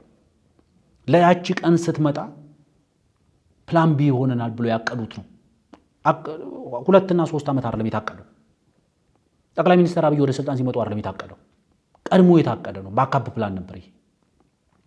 መቼ እንደምትመጣ አያውቁም እንጂ ያቺ ቀን እንደምትመጣ ያውቃሉ። ግፋቸው ሲበዛ መቋቋም የማይችል ህዝብ ተናቦ ተግባብቶ ተባብሮ የአምባገነንነት ዋሻቸውን ሊያፈርስ እንደሚችል ያውቃሉ። ለዛሽ ቀን ቀድሞ ይዘጋጁ ነበር። ስለዚህ ሳንዘጋጅበት ምናምን የሚሉት ተመልካቾች መስማት ይችላሉ እሳቸው የሚሉትን ነገር። ጄኖሳይዳል ጦርነት በላያችን ላይ በታወጀበት ጊዜ ያው ያኔም መታገል ስለነበረብን ታግለናል። ለየት የሚያደርገው ነገር ምንድነው? ከእንግዲህ በኋላ ጦርነት የሚባለውን ነገር ለአንዴና ለመጨረሻ ይበቃል፣ በሰላም እንኖራለን፣ ልጆቻችንን በሰላም ይኖራሉ፣ ህብረተሰባችንም ልማት በተለያዩ የመልካም አስተዳደር ችግሮችን ከመቅረፍ አኳያ የሚታዩ የዲሞክራሲ የማስፋት ጉዳይ በቃ በዚህ ላይ ነበረ ሁሉም ትኩረቱና እንዲህ አይነት ራዕይ ይዞ ሰው ማለት ሁሉም በየመስኩ በተሰማራበት ጊዜ ባልታሰበ ሁኔታ እንዲህ አይነት ጦርነት ሲያጋጥም በጣም ለማመንም የሚከብድ ነገር ነው የነበረው። ምክንያቱም ምንም ምክንያት አልነበረም ወደ ጦርነት ለመግባት የሚያስችል የሚያስገድድ ምንም ነገር አልነበረም። ምንም ነገር የመጀመሪያው የ17 ዓመት ጦርነት ስናይ ድርጅቱ የትጥቅ ትግል ሲጀምር ህወሓት አማራጭ አልነበረውም። ደርግ ነበረ ስልጣን ላይ የነበረው። በጣም ዲክታተር ነው። በጣም ሁሉም አይነት መብቶች የተዘጉበት ሁኔታ ነው የነበረው። የሰላማዊ ትግል መንገድ ስለተዘጋ ዓላማችንን ለማሳካት የግድ ትጥቅ ማንሳት። አሁን ልዩነት ሊመጣ ይችላል። በእኛና በብልጽግና ፓርቲ መካከል ፖለቲካል ልዩነት አለን፣ አሁንም አለን። ሲጀመርም ኢህአዴግ ከፈረሰ በኋላ እኛ ብለን ነበር ትገባለች ያመን ነው ማለት ነው። እና በፖለቲካሊ ሊፈታ የሚችል ነገር በሰላማዊ መንገድ መፍታት የሚቻል ነገር ልዩነታችንን ይዘን መቀጠል እየተቻለ ወደ ጦርነት መግባት በጣም ለማመንም በጣም የሚከብድ ነገር ነው የነበረው። ግን የነበረን አማራጭ ምንድነው? የነበረን አማራጭ የግድ በህብረተሰባችን ላይ የታወጀውን ጄኖሳይዳል ዋር ስለነበረ የጄኖሳይድ ጦርነት ስለነበረ ሰርቫይቭ ለማድረግ ጦርነቱን መግባት ነበር። ጠቅላይ ሚኒስትሩ ወደ ስልጣን ከመጡ በኋላ በየበረሃው ላይ በየተራራው ላይ ሲንጠላጠሉ የነበሩ ስልጠናዎች ምን ነበር አላማቸው? ሰራዊት በዛ በገፍ ሲያስታጥቁ ሲያሰለጥኑ የነበረው አላማው ምን ነበር ብሎ ራስን መጠየቅ ያስፈልጋል። በሽማግሌ በቄስ ባዛውንት አይደለም እንዴ በንብርክክ ሲለመኑ የነበረው? ተው ይሄ ነገር ውጥረቱን አርግቡ፣ ቢያንስ ተነጋግራችሁ እንትንፍቱ። በየሚዲያቸው ቀርበው ጠቅላይ ሚኒስትር አብይ አህመድ በሼህና በቄስ ሲያስለምነን ነበረ። እናቶች ተንበርክከው አይደለም እንዴ ለመኑት? ባካችሁ ልዩነታችሁን አጥቡ ተብለው። እኛ ጦርነትን አልፈለግነውም። ጦርነት ይበቃናል፣ በሰላም እንኖራለን፣ ልጆቻችን በሰላም ይኖራሉ፣ ህብረተሰባችን ልማት፣ መልካም አስተዳደር፣ ለዲሞክራሲ የማስፋት ጉዳይ ትኩረታችን በዚህ ላይ ነበር ይላሉ። እውነት ትኩረታቸው በዛ ላይ ነበር? የጦርነቱ ዋዜማ ሰሞን ትኩረታቸው አንቺ ቅድም እንዳልሽው አህያና ውሻ ሳይቀር ቀለም እየቀቡ አርቲፊሻል ሽጉጥ እያስታጠቁ በየስቴዲየሙ በየአደባባዩ ሲሞክሩ ነበር የነበረው። እውነት እሱ አልነበረም? መሬት ላይ ነበረ። ሚሞሪያቸውን በበረሃው በነበራቸው እንቅስቃሴ ሚሞሪያቸውን ሉዝ አድርገው ከነበረ ሜቢ ወደ ኋላ ሄደው ሪጌን የሚያደርጉበትን ፕሮሰስ መፈለግ ይኖርባቸው ይሆናል። እነሱ ብቻ አይደሉም ሚሞሪያቸውን ሉዝ ያደረጉት። መሀል ሀገር ያለውን ሰው ስታይ አሁን ድረስ የፌዴራል መንግስቱ ህወሓት ላይ ጦርነት እንደከፈተ አድርጎ የሚያስብ ትላንትና ግን ህወሓት እዛ ላይ ጦርነት እንደከፈተ ደግሞ ሲናገር የነበረም ሰው በብዛት እያየን ያለ ነው። ለነሱ ብዙ ምላሽ ከዚህ በፊት በበቂ ሁኔታ ስለመለስ እነሱ ላይ ብዙ ማለት አልፈልግም። ወደ ጦርነት ለመግባት የሚያስገድድ ምንም ምክንያት አልነበረንም ይላሉ ወይዘሮ ፈትለወርቅ። እንደዚህ አይነት ቅጥፈት ለምንድን ነው የሚያስፈልገው? አንዳንዴ ይሆናል ብለን ወፋ ጠመድን ሳይሆን ቀረና ፈተለቀቅ እንደሚባለው ይሆናል ብለን ነው የገባንበት። ይሆናል ብለን ወደ 4 ኪሎ ይመልሰናል ብለን ይሆናል ብለን በትግራይ ክልል ውስጥ ያደረግነው የጨረቃ ምርጫ ተቀባይነት ያገኛል ብለን ነበር የገባንበት። አልሆነም ፈተለቀቅ ማለት እኮ ይቻላል። ይሄንን ማለት ሲቻል ሁሉን ነገር አንስተሽ ለምሳሌ በዚህ ውስጥ ተነስቷል። የእሳቸው ባለቤት የነበሩት ሟቹ አቶ አባይ ፀሐዬ ስማቸው ተነስቷል። አቶ ስዩም መስፍን ስማቸው ተነስቷል። እነሱ መገደላቸው ለትግሉ ከፍተኛ አስተዋጽኦ አደረገ። ሰዎች በገፍ እንዲቀላቀሉ ሆነ። ወጣቶች በገፍ ተቀላቀሉ ከነሱ ግድያ በኋላ ይላሉ። የታሪኩ መመሳሰል በተወሰነ ደረጃ ወደ ኋላ እንዳስታውስ ያደረገኝ አንድ ነገር አለ። ሀውዜን ላይ ያው ሁሉ ድብደባ ከተፈጸመ በኋላ ህወሓት በሀውዜን ድብደባ አትርፏል። ከ5000 በላይ ወጣቶች ናቸው የተቀላቀሉት በአንድ ቀን ይባል ነበር። ስለዚህ በግድያዎች ውስጥ ማትረፍ የህወሓት ባህሪ ነው። ለእኔ እውነቱን ለመናገር ያ ግድያ በጦርነት ውስጥ የተፈጸመ ነው ብዬ አላምንም። አሁንም ድረስ ከብዙ የመንግስት የስራ ኃላፊዎች ጋር በዚህ ጉዳይ ላይ አውርቻለሁም ተከራክሬያለሁ። በጦርነቱ የተፈጸመ ግድያ አልነበረም። ያ ግድያ ፖለቲካሊ ሞቲቬትድ ማኒፑሌት የተደረገ ግድያ ነው። በጦርነት ውስጥ እንደዛ አይነት ተመሳሳይ የሆኑ 3 ሰዎችን በአንድ ቦታ ላይ ኦልሞስት ተቀራራቢ በሆነ ሁኔታ ልትገያት እንጂ ውትድርናን በማውቀው ልክ ጦርነትን በማውቀው ልክ ይህንን ለመረዳት ብዙ አይከብደኝም ብዬ አስባለሁ። ያው እርምጃ ተወስዶባቸዋል ብለሽ ነው የምታቀርቢው። ማን ወሰደው የሚለውን ነው። ማን ወሰደው? በቀል የፈለገ ኃይል ለበቀል ተጠቅሞበት ሊሆን ይችላል። አትርፈንበታል። ብዙ ወጣቶች ተቀላቅለውናል። እነዚህ ሽማግሌዎች ይዘን በረሃ ለበረሃ ከምንንጓተት፣ ምክንያቱም መከላከያውማ መግደል እኮ ሲችል እኮ ተራራ ለተራራ ሸፍጥ ለሸፍጥ እኮ ወርዶ እኮ በገመድ እየተንጠላጠለ እኮ አቶ ስብሃትን የሚያክል እኮ አዛውንት እኮ ተሸክሞ ይዞ ወጥቷል። መከላከያው መግደል ይችል ነበር እኮ አቶ ስብሃትን መሸከም አያስፈልግም ነበር። ስለዚህ ወይ በቀለው ወይ ደግሞ ማኒፑሌትድ የተደረገም ሊሆን ይችላል። አትርፈንበታል ከተባለ እንግዲህ ሜቢ እዛው የተወሰነ ነገር መፈተሽ የሚያስፈልግ ይመስለኛል። ግን ከመንግስት በኩል የሚባለው ነገር አያሳምነኝም። በጦርነት ውስጥ እንደዚህ አይነት ግድያ ሊፈጸም አይችልም። ምናልባት አሁን ወይዘሮ ፈትለወርቅ ገብረ እግዚአብሔር ከተናገሩት ተነስታ ግን ከሀውዜኑ ጋር ስታያይዘው በእነሱም በኩል የተደረገ ነው ተብሎ ግን ሊገለጽ የሚችል ደግሞ ወይም ደግሞ ሊቀመጥ የሚችል ለዛ ነው ኦልሬዲ ማኒፑሌት ሊደረግ የተደረገ ግድያም ሊሆን ይችላል ያልኩት። ምክንያቱም ሽማግሌዎችን ይዤ በየበረሃው ከመንጓጠጥ ምክንያቱም አቶ አስመላሽ አይነ ስውር ነው። በጦርነቱ ሲግኒፊካንስ ያለው ሰው አይደለም። ይህንን ሰውዬ ይዘሽ በረሃ ውስጥ ምን ልታርጊ ነው ይዘሽ የምትገቢው? ሮጦ ሸሽቶ ተዋክቶ ምናምን ጉልበት ሊሆንሽ አይችልም። ስለዚህ ያ ግድያ ሜቢ በተወሰነ ደረጃ በጦርነት ውስጥ ብዙ ነገሮች ለሞራል ለምናምን ተብሎ ብዙ ነገሮች ተብሎ ሊሆን ይችላል።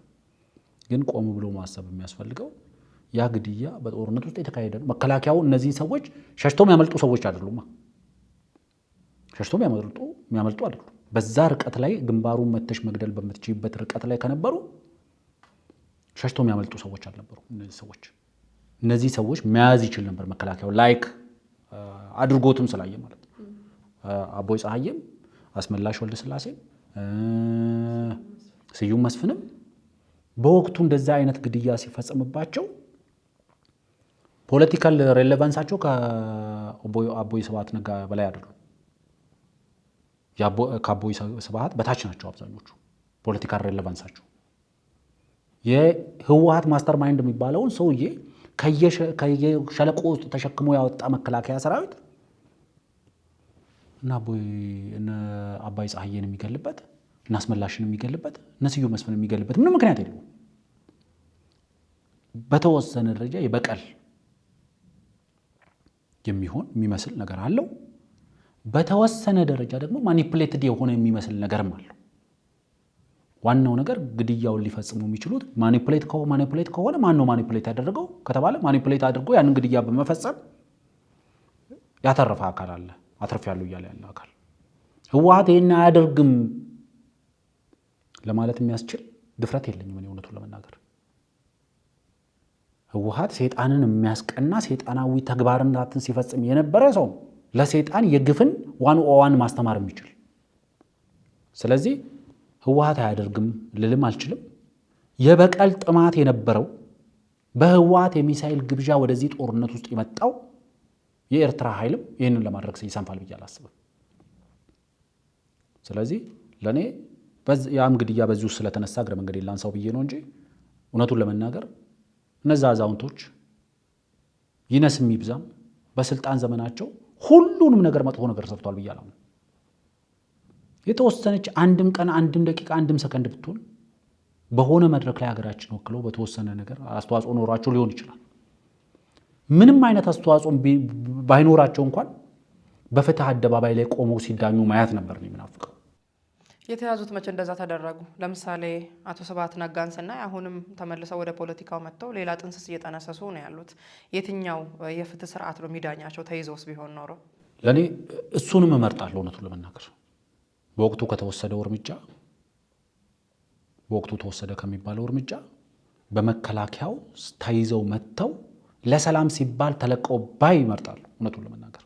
ያ እርምጃ በምንም መንገድ ጀስቲፋያብል አይደለም። ጥሩ፣ ወደ ፕሪቶሪያ ጉዳይ እንሂድ። እንግዲህ የፕሪቶሪያን ስምምነት አምነውበት በትክክል እንግዲህ እነሱም ብዙ አልቆባቸው እኛም ብዙ አልቆብን ወደዚህ ተኩስ አቁም ስምምነት የመጣ ነው የሚል ነገር አንስተዋል። ስምምነቱ መደረግ እንዳለበት እንግዲህ ሁሉም አምኖ ነው ይሄን ያደረገው። በኃይል መደምሰስ ስለማይችሉ ይላሉ እነሱን አምነው ነው ወደ ድርድር የመጡት ይላሉ የፌዴራል መንግስቱን። እኛም ደግሞ በጦርነት የሚፈታ ነገር የለም በሚል ወደዚህ መተናል የሚል ነገር አለ። እንግዲህ ብዙ ነገር ብለዋል። አሁን የፌዴራል መንግስቱ እንግዲህ አሁንም በተለይ በጋዜጠኛዋን በኩል የተነሳ አለ የፌዴራል መንግስቱ ለፕሪቶሪያ ስምምነት እንቅፋት እንደሆነ፣ የፕሪቶሪያ ስምምነት በተገቢው እንዳይፈጸም እያስቸገረ ያለው የፌዴራል መንግስቱ ነው የሚል ነገር ታነሳለች። እሳቸውም በዛ መልክ የተወሰነ መስማማት አለ። እንግዲህ ከዚህ ቀደም ዳንኤል ብርሃኔ የምናውቀው ነው እንግዲህ በጣም ህወሓት ጠበቃ ሆኖ በሶሻል ሚዲያው ላይ ብዙ ነገር ሲከራከር ሲጽፍ የነበረ ሰው ነው። እዚህ ሚዲያ ላይ ቀርቦ እንግዲህ ለጊዜያዊ አስተዳደሩ እንቅፋት የሆነው ሰራዊቱ ነው ብለዋል። ሰራዊቱ ደግሞ ቲዲኤፍ ነው። ቲዲኤፍን አሁን ባለው አሰላለፍ ስናይ ደግሞ በነ ሞንጆሪኖ በኩል ያለ ነው እና እነሱ ወደ ፌዴራል መንግስቱ ያመጡታል፣ እነሱ ደግሞ ወደ ሰራዊቱ ይመልሱታል። ይህን ሁለቱን ለማስታረቅ አልቻሉም። በዚህ ውይይት ላይ ምንድን ነው የሚሉት? የፕሪቶሪያ ስምምነት አልተፈጸመም የሚለው ከዚህ ቀደም በመሬቶቹ ጉዳይ አናነሳም። እንግዲህ ተፈናቃዮችን ወደ ቦታቸው መመለስ ቦታው ላይ ሰላም እስከሌለ ድረስ መመለስ እንደማይቻሉ አንተም ብዙ ብለህበታል። በዚህ ላይ ግን አጠቃላይ እንደው የፕሪቶሪያ ስምምነትን ወይዘሮ ፈትለወርቅ ገብረ እግዚአብሔር የገለጹበት መንገድ የተሸራረፈ ነው ወይስ በተገቢው መንገድ እውነታን ያዘለ ነገር ነው በዛ ውይይት ውስጥ ያነሱት? ምክንያቱም አንዳንድ ነገሮች የሚጎረብጡ ነገሮች ስላሉት እዚህ ላይ ሀሳብህን እንድትሰነዝር ነው። አይ ቲንክ ሰፋ አድርጌ በተወሰነ ደረጃ ልየው፣ ምክንያቱም ብዙ የተጣረሱ ሁኔታዎች ስላሉ ማለት ነው። አንደኛው የፕሪቶሪያ ስምምነት ሮንግ ነበረ ወይ? የፕሪቶሪያ ላይ ስምምነት ማድረጋችን የተሳሳተ ነበር ወይ? ማድረጋችሁ የተሳሳተ ውሳኔ ነው ብላችሁ ታስባላችሁ የሚል ጥያቄ አቅርባላችኋለች ጋዜጠኛዋ። እኛ ሰላም እንፈልግ ነበረ፣ ከበረሃም በተደጋጋሚ የሰላም ጥሪ ስናደርግ ነበረ ይላል ወይዘሮ ፈትለወርቅ። እውነቱን ለመናገር በተደጋጋሚ ጊዜ መከላከያው ይሄን ያህል ሰዓት የጥሞና ጊዜ፣ ይሄን ያህል ሰዓት የጥሞና ጊዜ፣ ይሄን ያህል ሰዓት የጥሞና ጊዜ እያለ ተደጋጋሚ ግብዣዎችን ያደርግ ነበር። ተደጋጋሚ የሰላም ጥሪዎችን ያደርግ ነበር። ያንን መቀበል ፈቃደኛ አልነበሩ። መቀበል ፈቃደኛ ለመሆን ብቻ ሳይሆን ወደ ተወሰነ ከበረሃ ወጥተው ወደ አማራና ወደ አፋር ክልል በእንቅስቃሴ ማድረግ በጀመሩበት ሰዓት ላይ ድርድርን በተመለከተ ሲሉ የነበረው ነገር ምን ነበረ? በአቶ ጌታቸው ረዳ በአቶ ጻድቃንም በኩል ሲባል የነበረው ምንድን ነበር?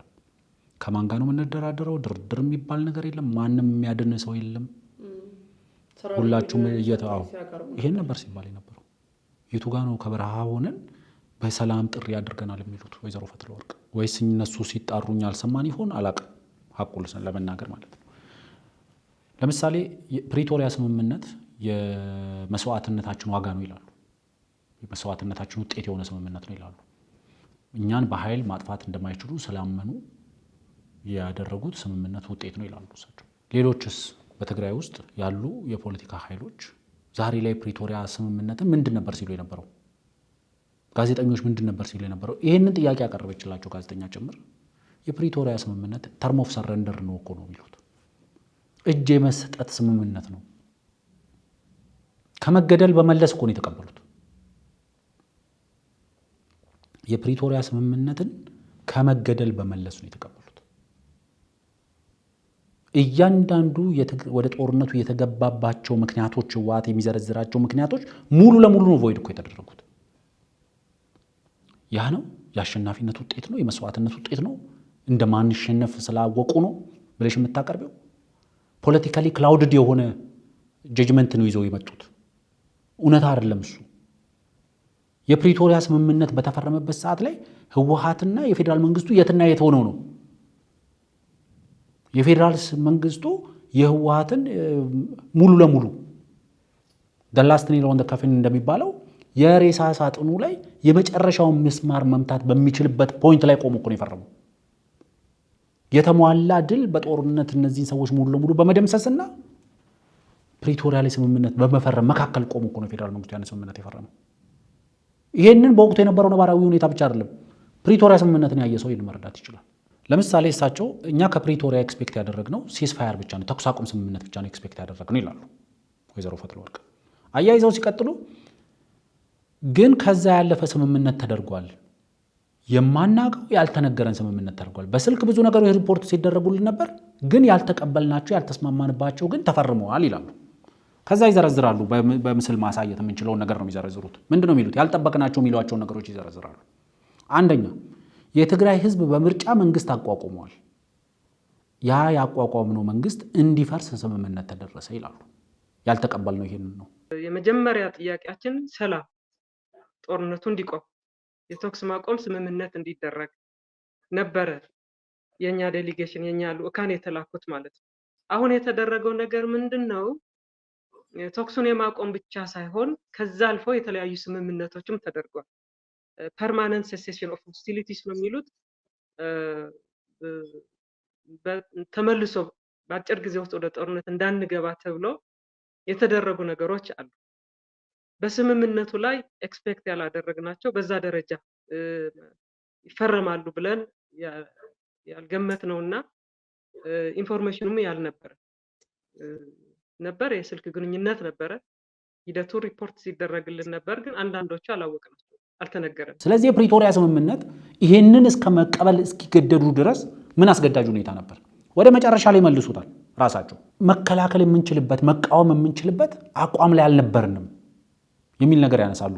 የፕሪቶሪያ ስምምነት አፈጻጸሙን በተመለከተ ጠቅላይ ሚኒስትሩ ስትሮንግሊ እከላይ ይሁን የሚለው ነገር ላይ አቋም ሲይዙብን እሳቸውን የመከራከር አቅም አልነበረንም። በፕሪንሲፕል እሳቸው መከራከር አንችልም፣ ፎር ዘ ግሬተር ጉድ ብለን ተቀበል ነው ይላሉ። ስለዚህ አንደኛው የትግራይ ህዝብ በምርጫ መንግስት አቋቁሟል፣ ግን በፕሪቶሪያ ስምምነት ያ መንግስት እንዲፈርስ ተደረገና በጊዜያዊ አስተዳደር እንዲተካ ከስምምነት ተደረሰ። ይህንን ያልተቀበል ነው ብለው ይዘረዝራሉ። ሁለተኛው ሰራዊቱ በአጭር ጊዜ ትጥቅ እንዲፈታ ከስምምነት መደረሱንም አልተቀበልንም ይላሉ። ምክንያቱም የራሱ የፖለቲካ ጥያቄ ወለደው ሰራዊቱ ስለሆነ የፖለቲካ ጥያቄው ሳይመለስ ትጥቅ መፍታቱን አልተቀበልንም ይላሉ። ሶስተኛው ስምምነቱ በትግራይ መንግስት ስም እንዲደረግ ነበር የፈለግነው ይላሉ። በትግራይ መንግስት ስም፣ መንግስት ግን በቲፒኤልኤፍ ስም ነው ስምምነት የምትፈርሙት ብሎ አስገደደን ይላሉ። ያልጠበቅናቸው ነገሮችም ስምምነት ተደርጓል። መጀመሪያ እንዴት እንደዚህ አይነት ስምምነት ይደረጋል የሚል እንትን ነበር፣ ጥያቄ ነበር።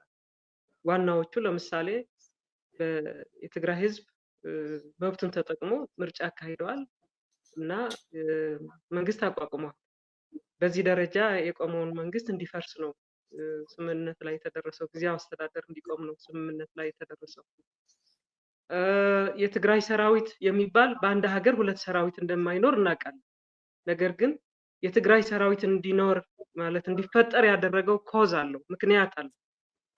ምክንያቱም ሶልቭድ ሲሆን ነው፣ መፍትሄ ሲያገኝ ነው ሰራዊቱም ትጥቁን መፍታት ያለበት። ይህን ሳይደረግ በአጭር ጊዜ ውስጥ በአንድ ሳምንት በአንድ ወር ምናምን ተብሎ የተፈረመበት ሁኔታ አለ። እንደዛ የመሳሰሉ ነገሮች አሉ። ስምምነቱ በትግራይ መንግስት ስም ነበር እንዲደረግ የታሰበው። የትግራይ መንግስት ሳይሆን ቲፒኤልኤፍ ህወሓት በሚል ነው ስምምነቱን የተደረገው። ለምንድን ነው? ለመንግስት ማለት ለትግራይ መንግስት ሪኮግኒሽን መስጠት ስላልተፈለገ ማለት ነው።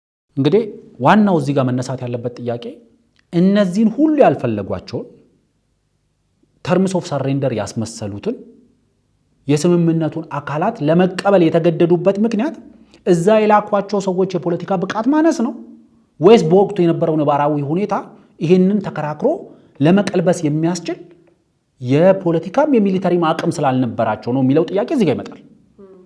ሌላኛው ደግሞ ለምንድን ነው ጀስት ሲዝፋየር ብቻ የጠየቁት? እኛ ኤክስፔክት ያደረግነው ከፕሪቶሪያ ጀስት ሲዝፋየር ነው ብለዋል።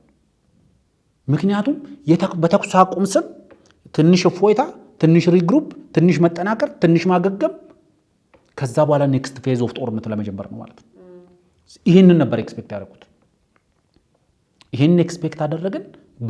በነበረው ነባራዊ ሁኔታ በነበራቸው አቅም ይህንን አቺቭ ማድረግ ስላልተቻለ ፌዴራል መንግስቱ ምንም ሲዝፋየር የሚባል ነገር የለም፣ ያላችሁ አማራጭ ሁለት ነው። በተደጋጋሚ ጊዜ ሲባል ነበር። መቀሌን በመድፍ ቀለበት ውስጥ አስገብቻለሁ። በወቅቱ ወደ ተንቤን በረሃ ሲወጡ እኮ በመጀመሪያ ፌዝ ጦርነቱ በተካሄደበት ሰዓት ላይ ወደ ተንቤን በረሃ ሊወጡ የቻሉበት ምክንያት መከላከያው መንገዶቹን ይዞ ነበር፣ በተለያየ አቅጣጫ ወደ ትግራይ ሲተም ነበረው። ስለዚህ ዴር ዋዝ ዌይ አውት፣ ከመቀሌ ለመውጣት ወደ በረሃ ለመውረድ የሚያስችል እንትን ነበረ። ምክንያቱም የመከላከያው ሚሽን ሄዶ መቀሌን መቆጣጠር ነበር። ትግራይ መቆጣጠር የሚቻለው ሴንተሩን ተቆጣጠረ፣ ዋና ከተማውን ተቆጣጠረ፣ እነሱ መለቃቀም ስራ ሰራለው የሚል ስትራቴጂ ስለነበረ ማለት ነው። በተወሰነ በአጭር ጊዜ ውስጥ መቀሌን በተቆጣጠረ በኋላ ግን እነሱ ወደ በረሃ ወረዱ። ከበረሃ ጦርነቱን ቀጠሉት።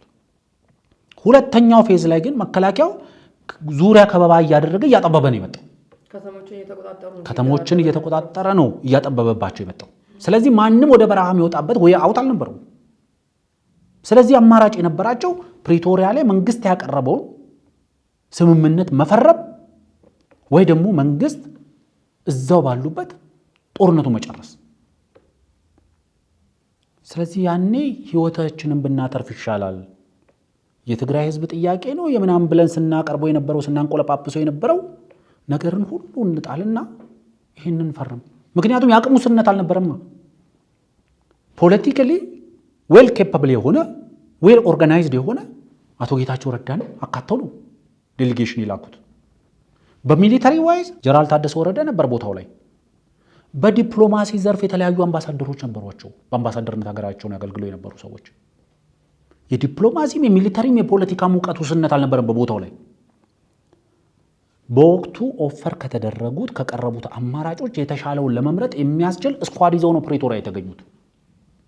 አናቅም የሚለው ከዛ በኋላ ከማገገም በኋላ የተወሰነ ደረጃ ጎናቸውን ምቾትና ፍራሽ ማስነካት ከቻሉ በኋላ ድንጋይ መንተራሱ ቀርቶ የላባትራስ መንተራስ ከጀመሩ በኋላ ሰላማዊ ኑሮ ከጀመሩ በኋላ ሰውነታቸው ማገገም ከጀመረ በኋላ መከላከያ ሰራዊታቸው ማረፍ ከጀመረ በኋላ ነው እነዚህ ያልተቀበልናቸው ያልተግባባናቸው የሚባሉ ነገሮች የመጡት እንጂ በወቅቱ የነበረው ነባራዊ ሁኔታ ያ ነበር። ከዛ በኋላ ይቀጥላሉ። ካወቅም በኋላ የስምምነቱ ጠንካራና ደካማ ጎን ምንድነው የሚል ምክክር ማካሄደናል ይላሉ። ከዛ በኋላ ፎር ዘ ግሬተር ጉድ ብለን ተቀበልነው። ቢያንስ ለህዝባችን ሰላም ይሰጣል ብለን ለህዝቡ ሰላም ይሰጣል ብለው አይደለም የተቀበሉት። ቢያንስ ህይወታችን ያተርፋል ብለው ነው። ቢያንስ ህይወታችን አትርፈናል። የደሃ ልጆች ምናምን ከተማገዱ በመቶ ሺዎች በሁለት መቶ ሺዎች የሚቆጠሩ የደሃ ወጣቶች ካለቁ በኋላ ቢያንስ እኛ ህይወታችን አትርፈናል። ለኛ አዛውንቶቹ በመቶ ሺዎች የሚቆጠሩ ህፃናቶችን ህይወት ገብረን ህይወታችን አትርፈናል። ስለዚህ አትሊስት ይሄንን በቃ መቀበላችን እንደው በቃ ጠንካራ ጎን ነው ብለን እሱን ገምግም የሚል ግምገማ ነው ያደረጉት። ግን በተስማማንበት ደረጃ ተግባራዊ አልሆነም ነው የኛ ልዩነት ይላሉ። ስምምነቱ እንዳለ ተግባራዊ ላይሆን ይችላል ይላሉ። ሲቀጥሉ በድርድር ማሻሻል ይቻላል ላይክ ናይሮቢ ዲክላሬሽን ላይ እንዳደረግነው ይላሉ። አንዳንዴ በጋዜጠኛውም በሳቸውን በኩል ያየሁት ነገር ለምሳሌ የሽብርተኝነት ማዕረጋችን ሳይነሳ ጊዜያዊ መንግስት እንድናቋቁም መደረጉ ፌቨር ለመንግስት እንደዋሉ አድርገው ነው የሚያስቡት። ፌቨር ለመንግስት የሽብርተኝነት ማዕረጋችን ሳይነሳ እንዴት ጊዜያዊ መንግስት እናቋቁማለን? መንግስት ግን ይሄንን ብታደርጉ ጊዜያዊ መንግስት ብታቋቁሙ አይ ለሰላም ያላቸው ቀናይነት ማሳያ ነው ብዬ ፓርላማ ወስጄ ለማሳመን በሽብር የፈረጃቸው ፓርላማው ስለነበረ ጠቅላይ ሚኒስትሩ ፓርላማ ላይ ቀርበው የሽብርተኝነት ማዕረጋቸው ማስገፈፍ አለበት። ለህወሓት ሽብርተኝነት ማዕረጉ ነው ብዬ ስለማመን ማለት ነው።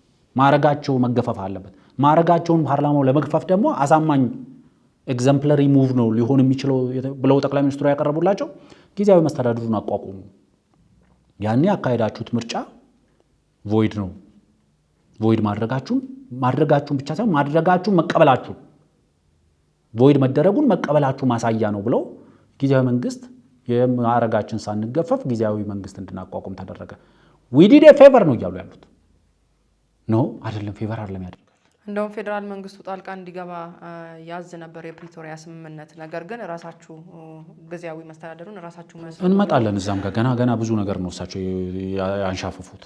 ጋዜጠኛዋ ታነሳለች። ለምሳሌ 4 አካባቢ ስብሰባዎችን አድርጋቸዋል። የማዕከላዊ ኮሚቴ ስብሰባዎች አድርጋቸዋል። አንደኛው ደብረጽዮንን ለመምረጥ ስብሰባ አድርጋቸዋል። ሁለተኛው ጌታቸውን ለመምረጥ ስብሰባ አድርጋቸዋል። ሶስተኛው ጌታቸውን የፓርቲው ምክትል ሊቀመንበር ለማድረግ ስብሰባ አድርጋቸዋል። አራተኛው ደግሞ ጉባኤ ከመግባታቸው በፊት ስብሰባ አድርጋቸዋል። በሶስቱ የመጀመሪያዎቹ ፌዴራል መንግስቱ ጣልቃ አልገባም። በመጨረሻው በጉባኤው ላይ ግን በምርጫ ቦርድ በኩል ጣልቃ ገብቷል ትላለች ጋዜጠኛዋ። ይሄ ሙሉ እስከዛሬ ሲባል የነበረውን ነገር ያንሻፈፈ ነው። በተወሰነ ደረጃ ወይዘሮ ፈትለወርቅም የማረመድ ነገር አድርጓል። እሷ ግን ጋዜጠኛዋ ያለችው ግን የፌዴራል መንግስቱ በሶስቱ ጣልቃ አልገባም ነው። ደብረጽዮን ሲመረጡ የጊዜያዊ መስተዳድሩ ፕሬዚዳንት እንዲሆኑ ሲመረጡ ፌዴራል መንግስቱ ጣልቃ አልገባም ነው እያለች ነው ያለችው። አቶ ጌታቸው ረዳም ሲመረጡ ፌዴራል መንግስቱ ጣልቃ አልገባም እያለች ነው። ከዛ ምክትል ሊቀመንበር አድርጎ ሲያመጧቸው ፌዴራል መንግስቱ ጣልቃ አልገባም እያለች ነው። አራተኛው ላይ ግን በምርጫ ቦርድ በኩል ጣልቃ ገብቷል። በተወሰነ ደረጃ እሳቸው አርመዋታል። ጉባኤው ላይ ግን ለምንድን ነው የገባው የሚል ጥያቄ ተነስቷል። ጉባኤው ላይ ጣልቃ የገባው ምርጫ ቦርድ ነው። ምክንያቱም የፕሪቶሪያ ስምምነት ህገ መንግስቱን ለመቀበልና ህገ መንግስታዊ ተቋማትን የኢትዮጵያን ህገ መንግስታዊ ተቋማት ለማክበር አዋጆችና ደንቦችን ለማክበር ተስማምቷል። ህወሓት ህገ መንግስታዊ ተቋም እኮ ነው። ምርጫ ቦርድ በህገ መንግስት ነው የሚቋቋመው። የኢትዮጵያ ምርጫ ቦርድ ህገ መንግስታዊ ተቋም ነው። አዋጆች አሉት። አዋጆቹ ይከበራሉ።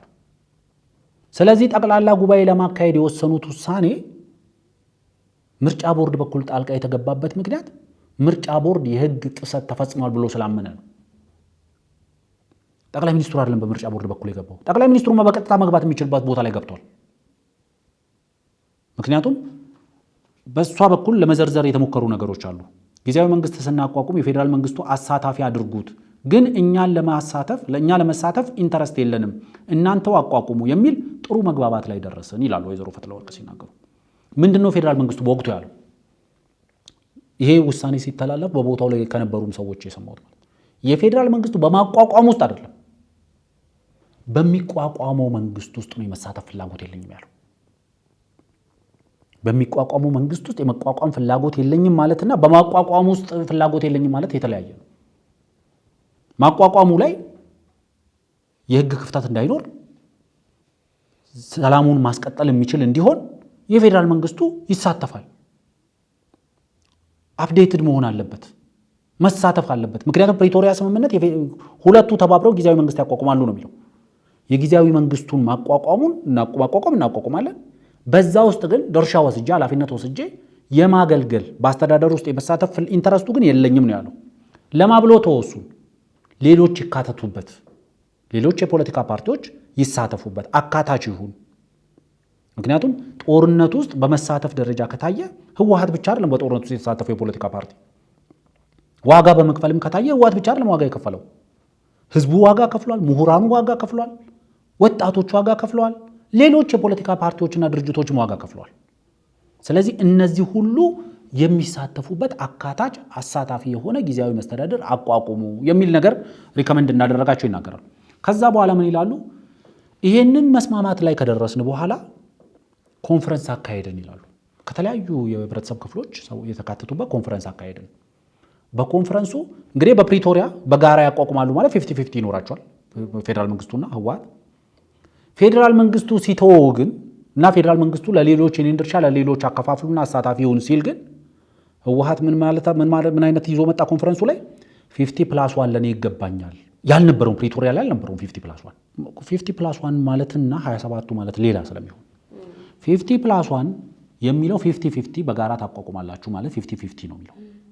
ፌዴራል መንግስቱ ሲወጣ ፌዴራል መንግስቱ የወጣው ህወሓት ማጆሪቲ እንዲይዝ አይደለም። ኢን ዲሞክራሲ 50+1 ማለትና 100% ማለት ተመሳሳይ ነው። የፈለግሽውን ነገር ቬቶ ማድረግ ስለምትችል ማለት ነው። 50+1 ድምጽ ያለው ማጆሪቲውን ወንበር የተቆጣጠረ ሰው የፈለገውን ውሳኔ ማስተላለፍ ይችላል።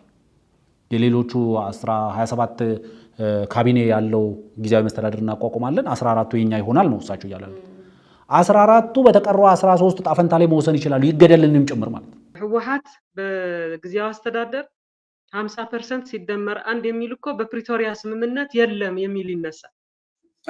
እንደዚህ በፕሪቶሪያ ስምምነት እንደዚህ የሚል ነገር የለም። ፕሪቶሪያ ስምምነት የሚለው ፌደራል መንግስትና ህወሓት ሁለቱም ተደራድረው ጊዜያዊ አስተዳደሩን እንዲቆም ያደርጋሉ ነው። ያ ድርድሩ ተካሄደ፣ ስምምነት ላይ ተደረሰ።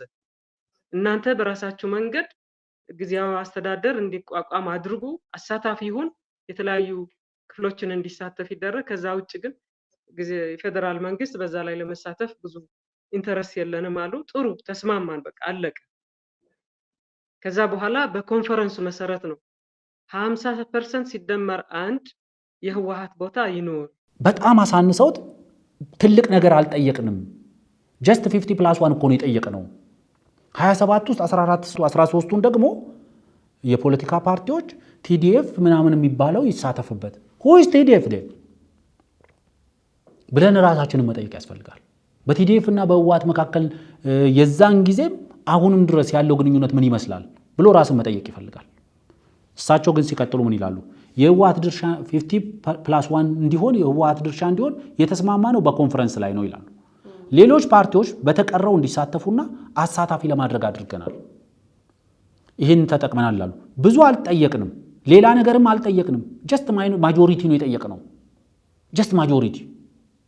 ጀስት ማጆሪቲ ማለት 50+1 ማለት 100% ማለት ነው። በቃ የፈለግሽውን ነገር ማስፈጸም ትችላለሽ 50+1 ቮት ካለሽ። ከ27 ካቢኔ አባላት 14 ህወሓት የተቀረው ከሰራዊቱና ከሌሎች ፓርቲዎች ይሆናል ይላሉ። ይህንን በማቋቋም ጊዜ በጦርነት ውስጥ ያልተሳተፉ የፖለቲካ ፓርቲዎች እየተባለ መድሎ ነበር።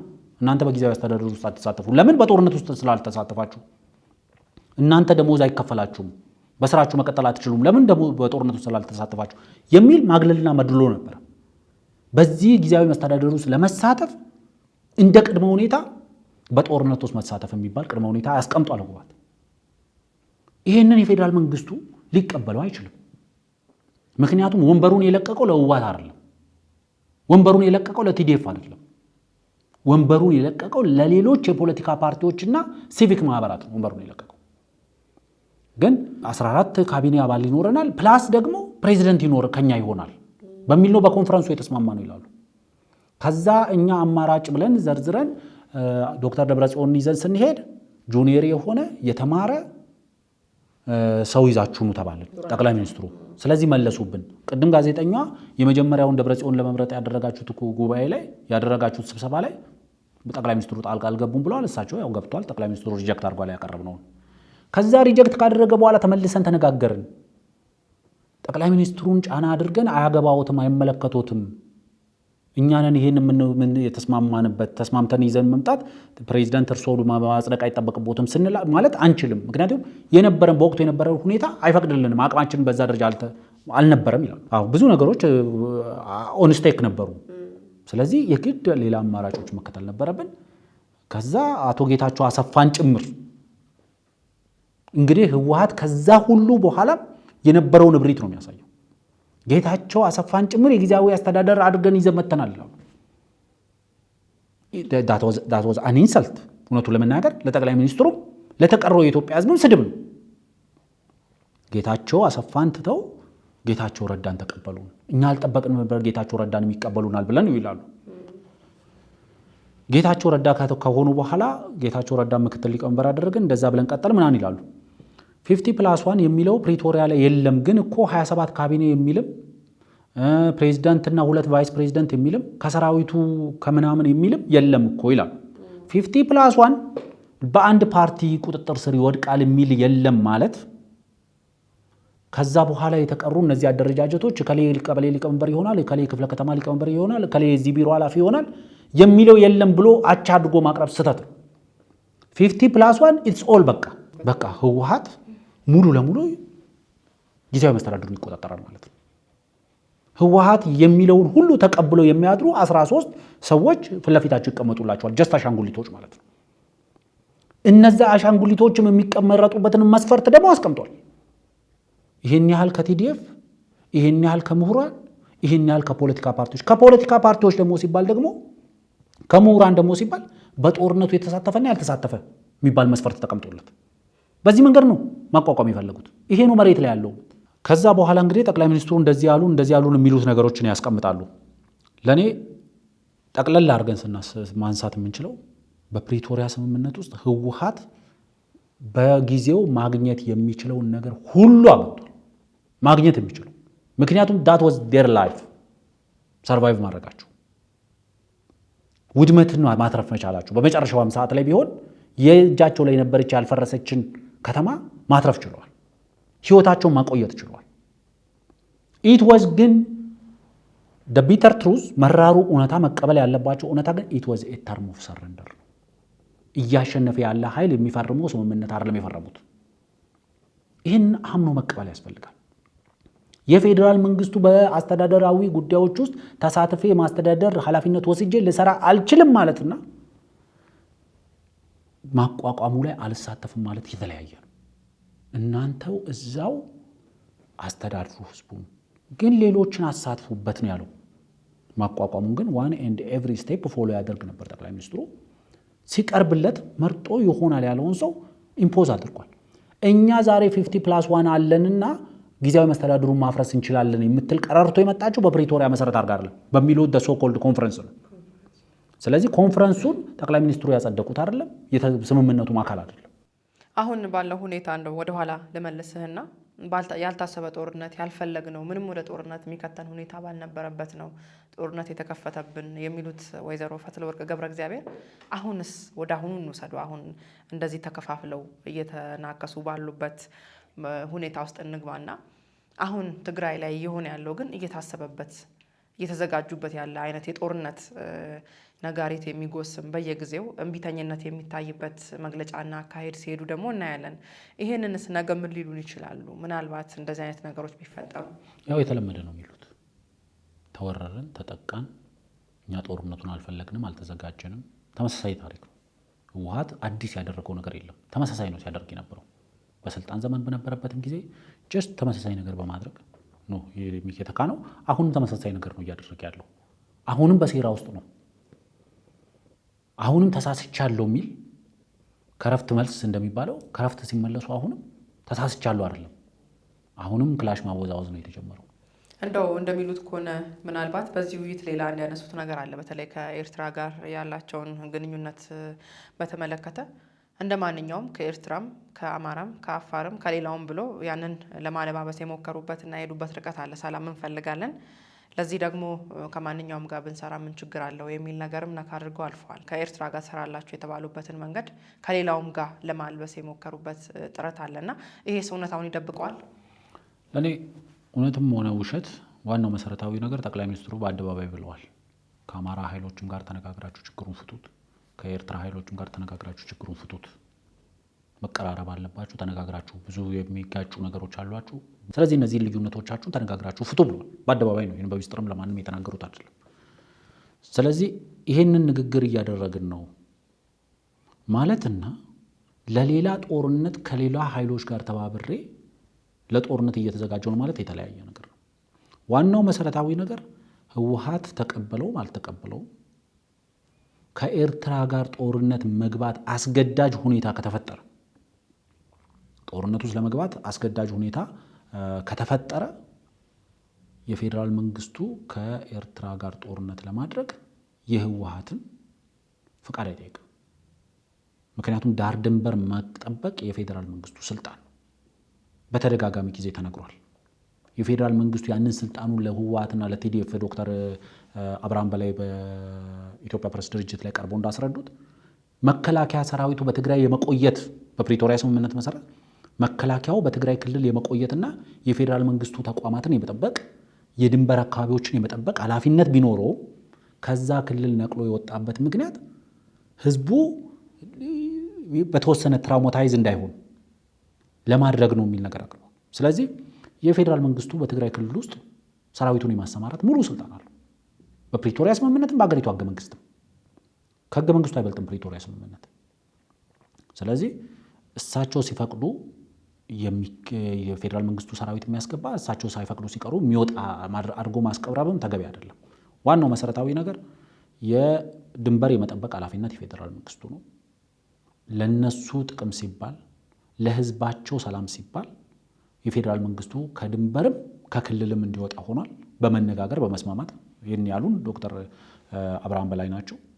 ስለዚህ አሁን ድንበሩን እየጠበቁ አይደለም፣ አሁን ድንበሩን የሻዕቢያና የሻዕቢያ ተላላኪዎች መፈንጫ እያደረጉት ነው ብሎ ፌዴራል መንግስቱ ካመነ በድንበር አካባቢ ስምሪት ይወስዳል።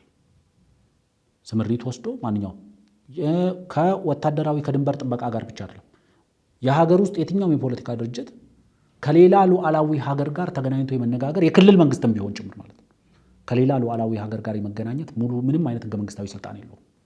ፕሪቶሪያ ስምምነት ህገ መንግስቱን የመቀበልም ስለሆነ ማለት ነው። ህገ መንግስቱ የሚለው ዲፕሎማሲያዊ የሆኑ ከሌላ ሀገሮች ጋር የሚደረጉ ግንኙነቶች ለፌዴራል መንግስቱ ተለይተው የተሰጡ ስልጣኖች ናቸው።